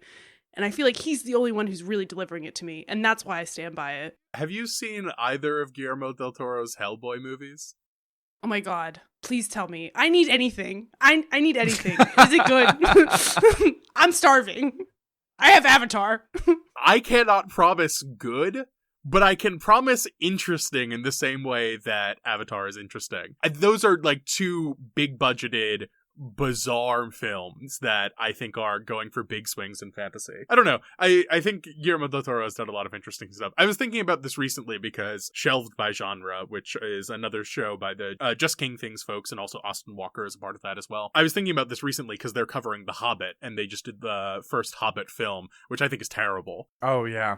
I agree. They were talking about Guillermo del Toro's version that we'll never get. Even if I think that I'm not sure I would like it as much as I would hope to, I still really wish we saw that version instead of this version that we ended up with. So yeah, I don't know. That's a lukewarm endorsement of the Hellboy movies. I liked them a lot as a teenager. What the hell were we talking about? So anyway, Way of Kings Prime, the last discussion point I wanted to bring up about Way of Kings Prime by Brandon Sanderson, the poet of this podcast. What? I'm kidding. I love the tangents. I did have one more point to make about Way of Kings Prime, which is mostly just like a flagging it. But one of the interesting parts of reading it is kind of like looking at like the vector, like looking at what themes Sanderson clearly did care about to expand upon, for example. I mean, I sort of talked about it with the whole like skepticism of honor. And I think you're right. There is like a skepticism of honor in the Way of Primes, but it's just so much more explicit. Things are devolving. Brought to you by Amazon. But Things are falling apart. We're getting tired.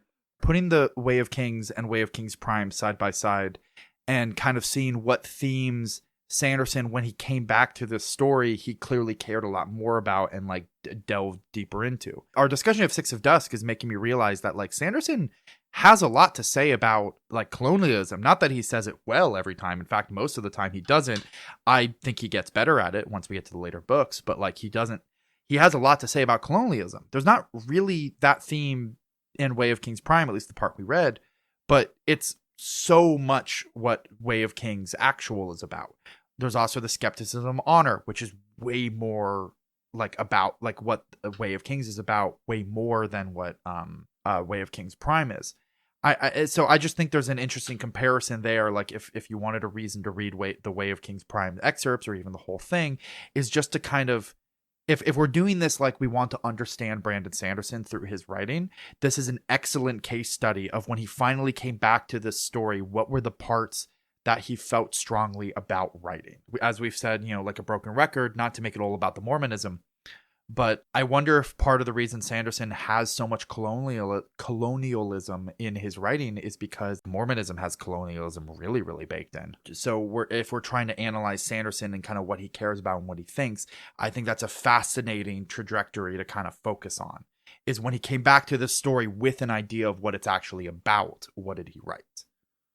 I guess that's worth reading Way of Kings Prime for then, with that kind of in mind. Like I said, I really want to read this whole book. I'm really fascinated to see how it differs. Then let's do it. We'll do it when it comes up. We'll do it.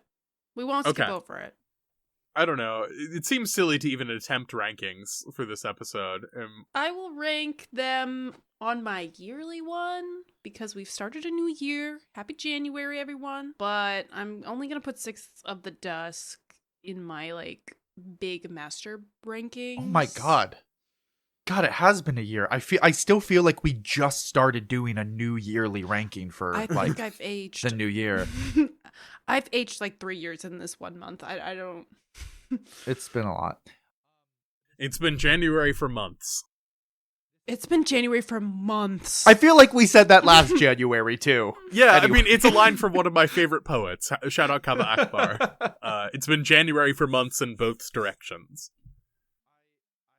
God, these are when our rankings are really going to diverge because Graham's going to put this like really high while Taylor and I put this really low. I'm not. Yeah, I mean, there's only 3 books for the year, everyone. So don't worry. There's no really high or really low. We've got 3 to choose from, and we already Six of the Dusk, Way of Kings Prime, and Dreamer. Before I got on here, I ranked Dreamer higher than Way of Kings Prime. I thought that you know why? It's because I thought that the actual sitting down and reading Dreamer was easier than sitting down and reading Way of Kings Prime. Mm-hmm. So I ranked it higher. I actually did enjoy reading Way of Kings Prime, not because I thought it was good, but because of the like academic interest of the like, everyone listening knows I'm the Sanderson fan of this podcast. Like I'm the one that before we started was already a big fan of his. Like I was reading him in high school. So like he was pretty formative to my like interest in fantasy and stuff. So this to me was like really interesting from an academic perspective. It's like, oh, Way of Kings was like a really important book in my like early like development as a fantasy reader, and now I'm reading the early drafts of it. Yeah. So that's why I enjoyed reading Way of Kings Prime, even if I thought it was kind of bad. I've got a more interesting ranking. Six of the Dusk, Shadows for Silence in the Forests of Hell, and The Emperor's Soul. So the 3 Cosmere shorts, or like novellas, 3 Cosmere novellas. Rank those. How do you like those? Emperor's Soul number 1, Six of Dusk, and then Shadows for Silence. I'm the same. Emperor's Soul being first feels easy. It gets a little harder. Because I think Six of Dusk is being tainted by my knowledge of Isles of Emberdark, which I have mixed / positive feelings for. And then Shadows of Silence I have a lot of nostalgia for. So but I think Six of Dusk was generally more enjoyable. But I still like Shadows for Silence. I love it. Yeah. And you listeners will get to hear all about it in the secret lost episode, Lost Media. I'm going to make an announcement about that now, actually. But there will be, it will come out sometime this year. I can't promise when, but there has to be a lot of salvaging work and re-recording on my end, and it will not entirely match up, but who knows? Thanks, Graham. That sucks. That sucks really bad. I Yeah. feel like we haven't really lost completely one like that yet. No, it's the first time. And I have set it up in such a way where hopefully we'll never do it again. I think I'm Way of Kings Prime, Sixth of Dusk, and Dreamer. And that's not necessarily a reflection of quality, because if it's just a reflection of quality, Sixth of the Dusk is the best of these three. Mm-hmm. But of these three of which would I want more of first, it's honestly probably Way of Kings Prime. And I know that's crazy because Sixth of the Dusk was very good. Well, there's more of both, so good news. Yeah, we'll get there. One of them is not until 2028 or even 2029, and then one of them's probably Sad. next year. I mean, that's one of the funny things is we keep talking about 5 years away. And then I thought about it for a second. I was like, actually, 2029 is just 3 years from now. That seems dangerously Depressing. close. Well, okay. we're about to hit 2 years. We're about to hit 2 years of doing this Yes, podcast. the 13th, Yeah. February 13th. Woo woo! Jesus. We probably won't record until after then, so that's happy anniversary, 2 years. Dear listeners, to celebrate A Grain of Sanderson's second birthday, all we ask for as a gift is for you to share to your friends, join our Discord, go like Taylor's Instagram posts, and all that They're fun stuff. sparse these days. We also have a Patreon. Yeah. Genuinely, a huge shout out to our Discord. Yeah. It's not the biggest Mhm. Discord on the planet right now, but it's active. Everyone in there is smart and thoughtful and kind, and just it's always full of interesting discussion, both about the episodes and other Cosmere stuff. Highly, highly recommend. I'm sorry I've been getting behind on editing these. Life happens. Life does happen. It's okay. Yeah. Don't worry. In a year when this is all our full-time job, we'll be way more consistent. We are still keeping to our schedule. That's the public one, which is interesting, even though Yeah. Actual release of the episodes isn't the same. Next month, we're reconvening. It's more novellas and short stories. He published 5 in a row, so I split up. So it's not in perfect publication order because I split up Legion Skin Deep, which I knew was going to be a novella, and Six of the Dusk because I wanted to keep a novella in each episode. Mm-hmm. Mm-hmm. And then we've got Allomancer Jak and the Pits of Eltania.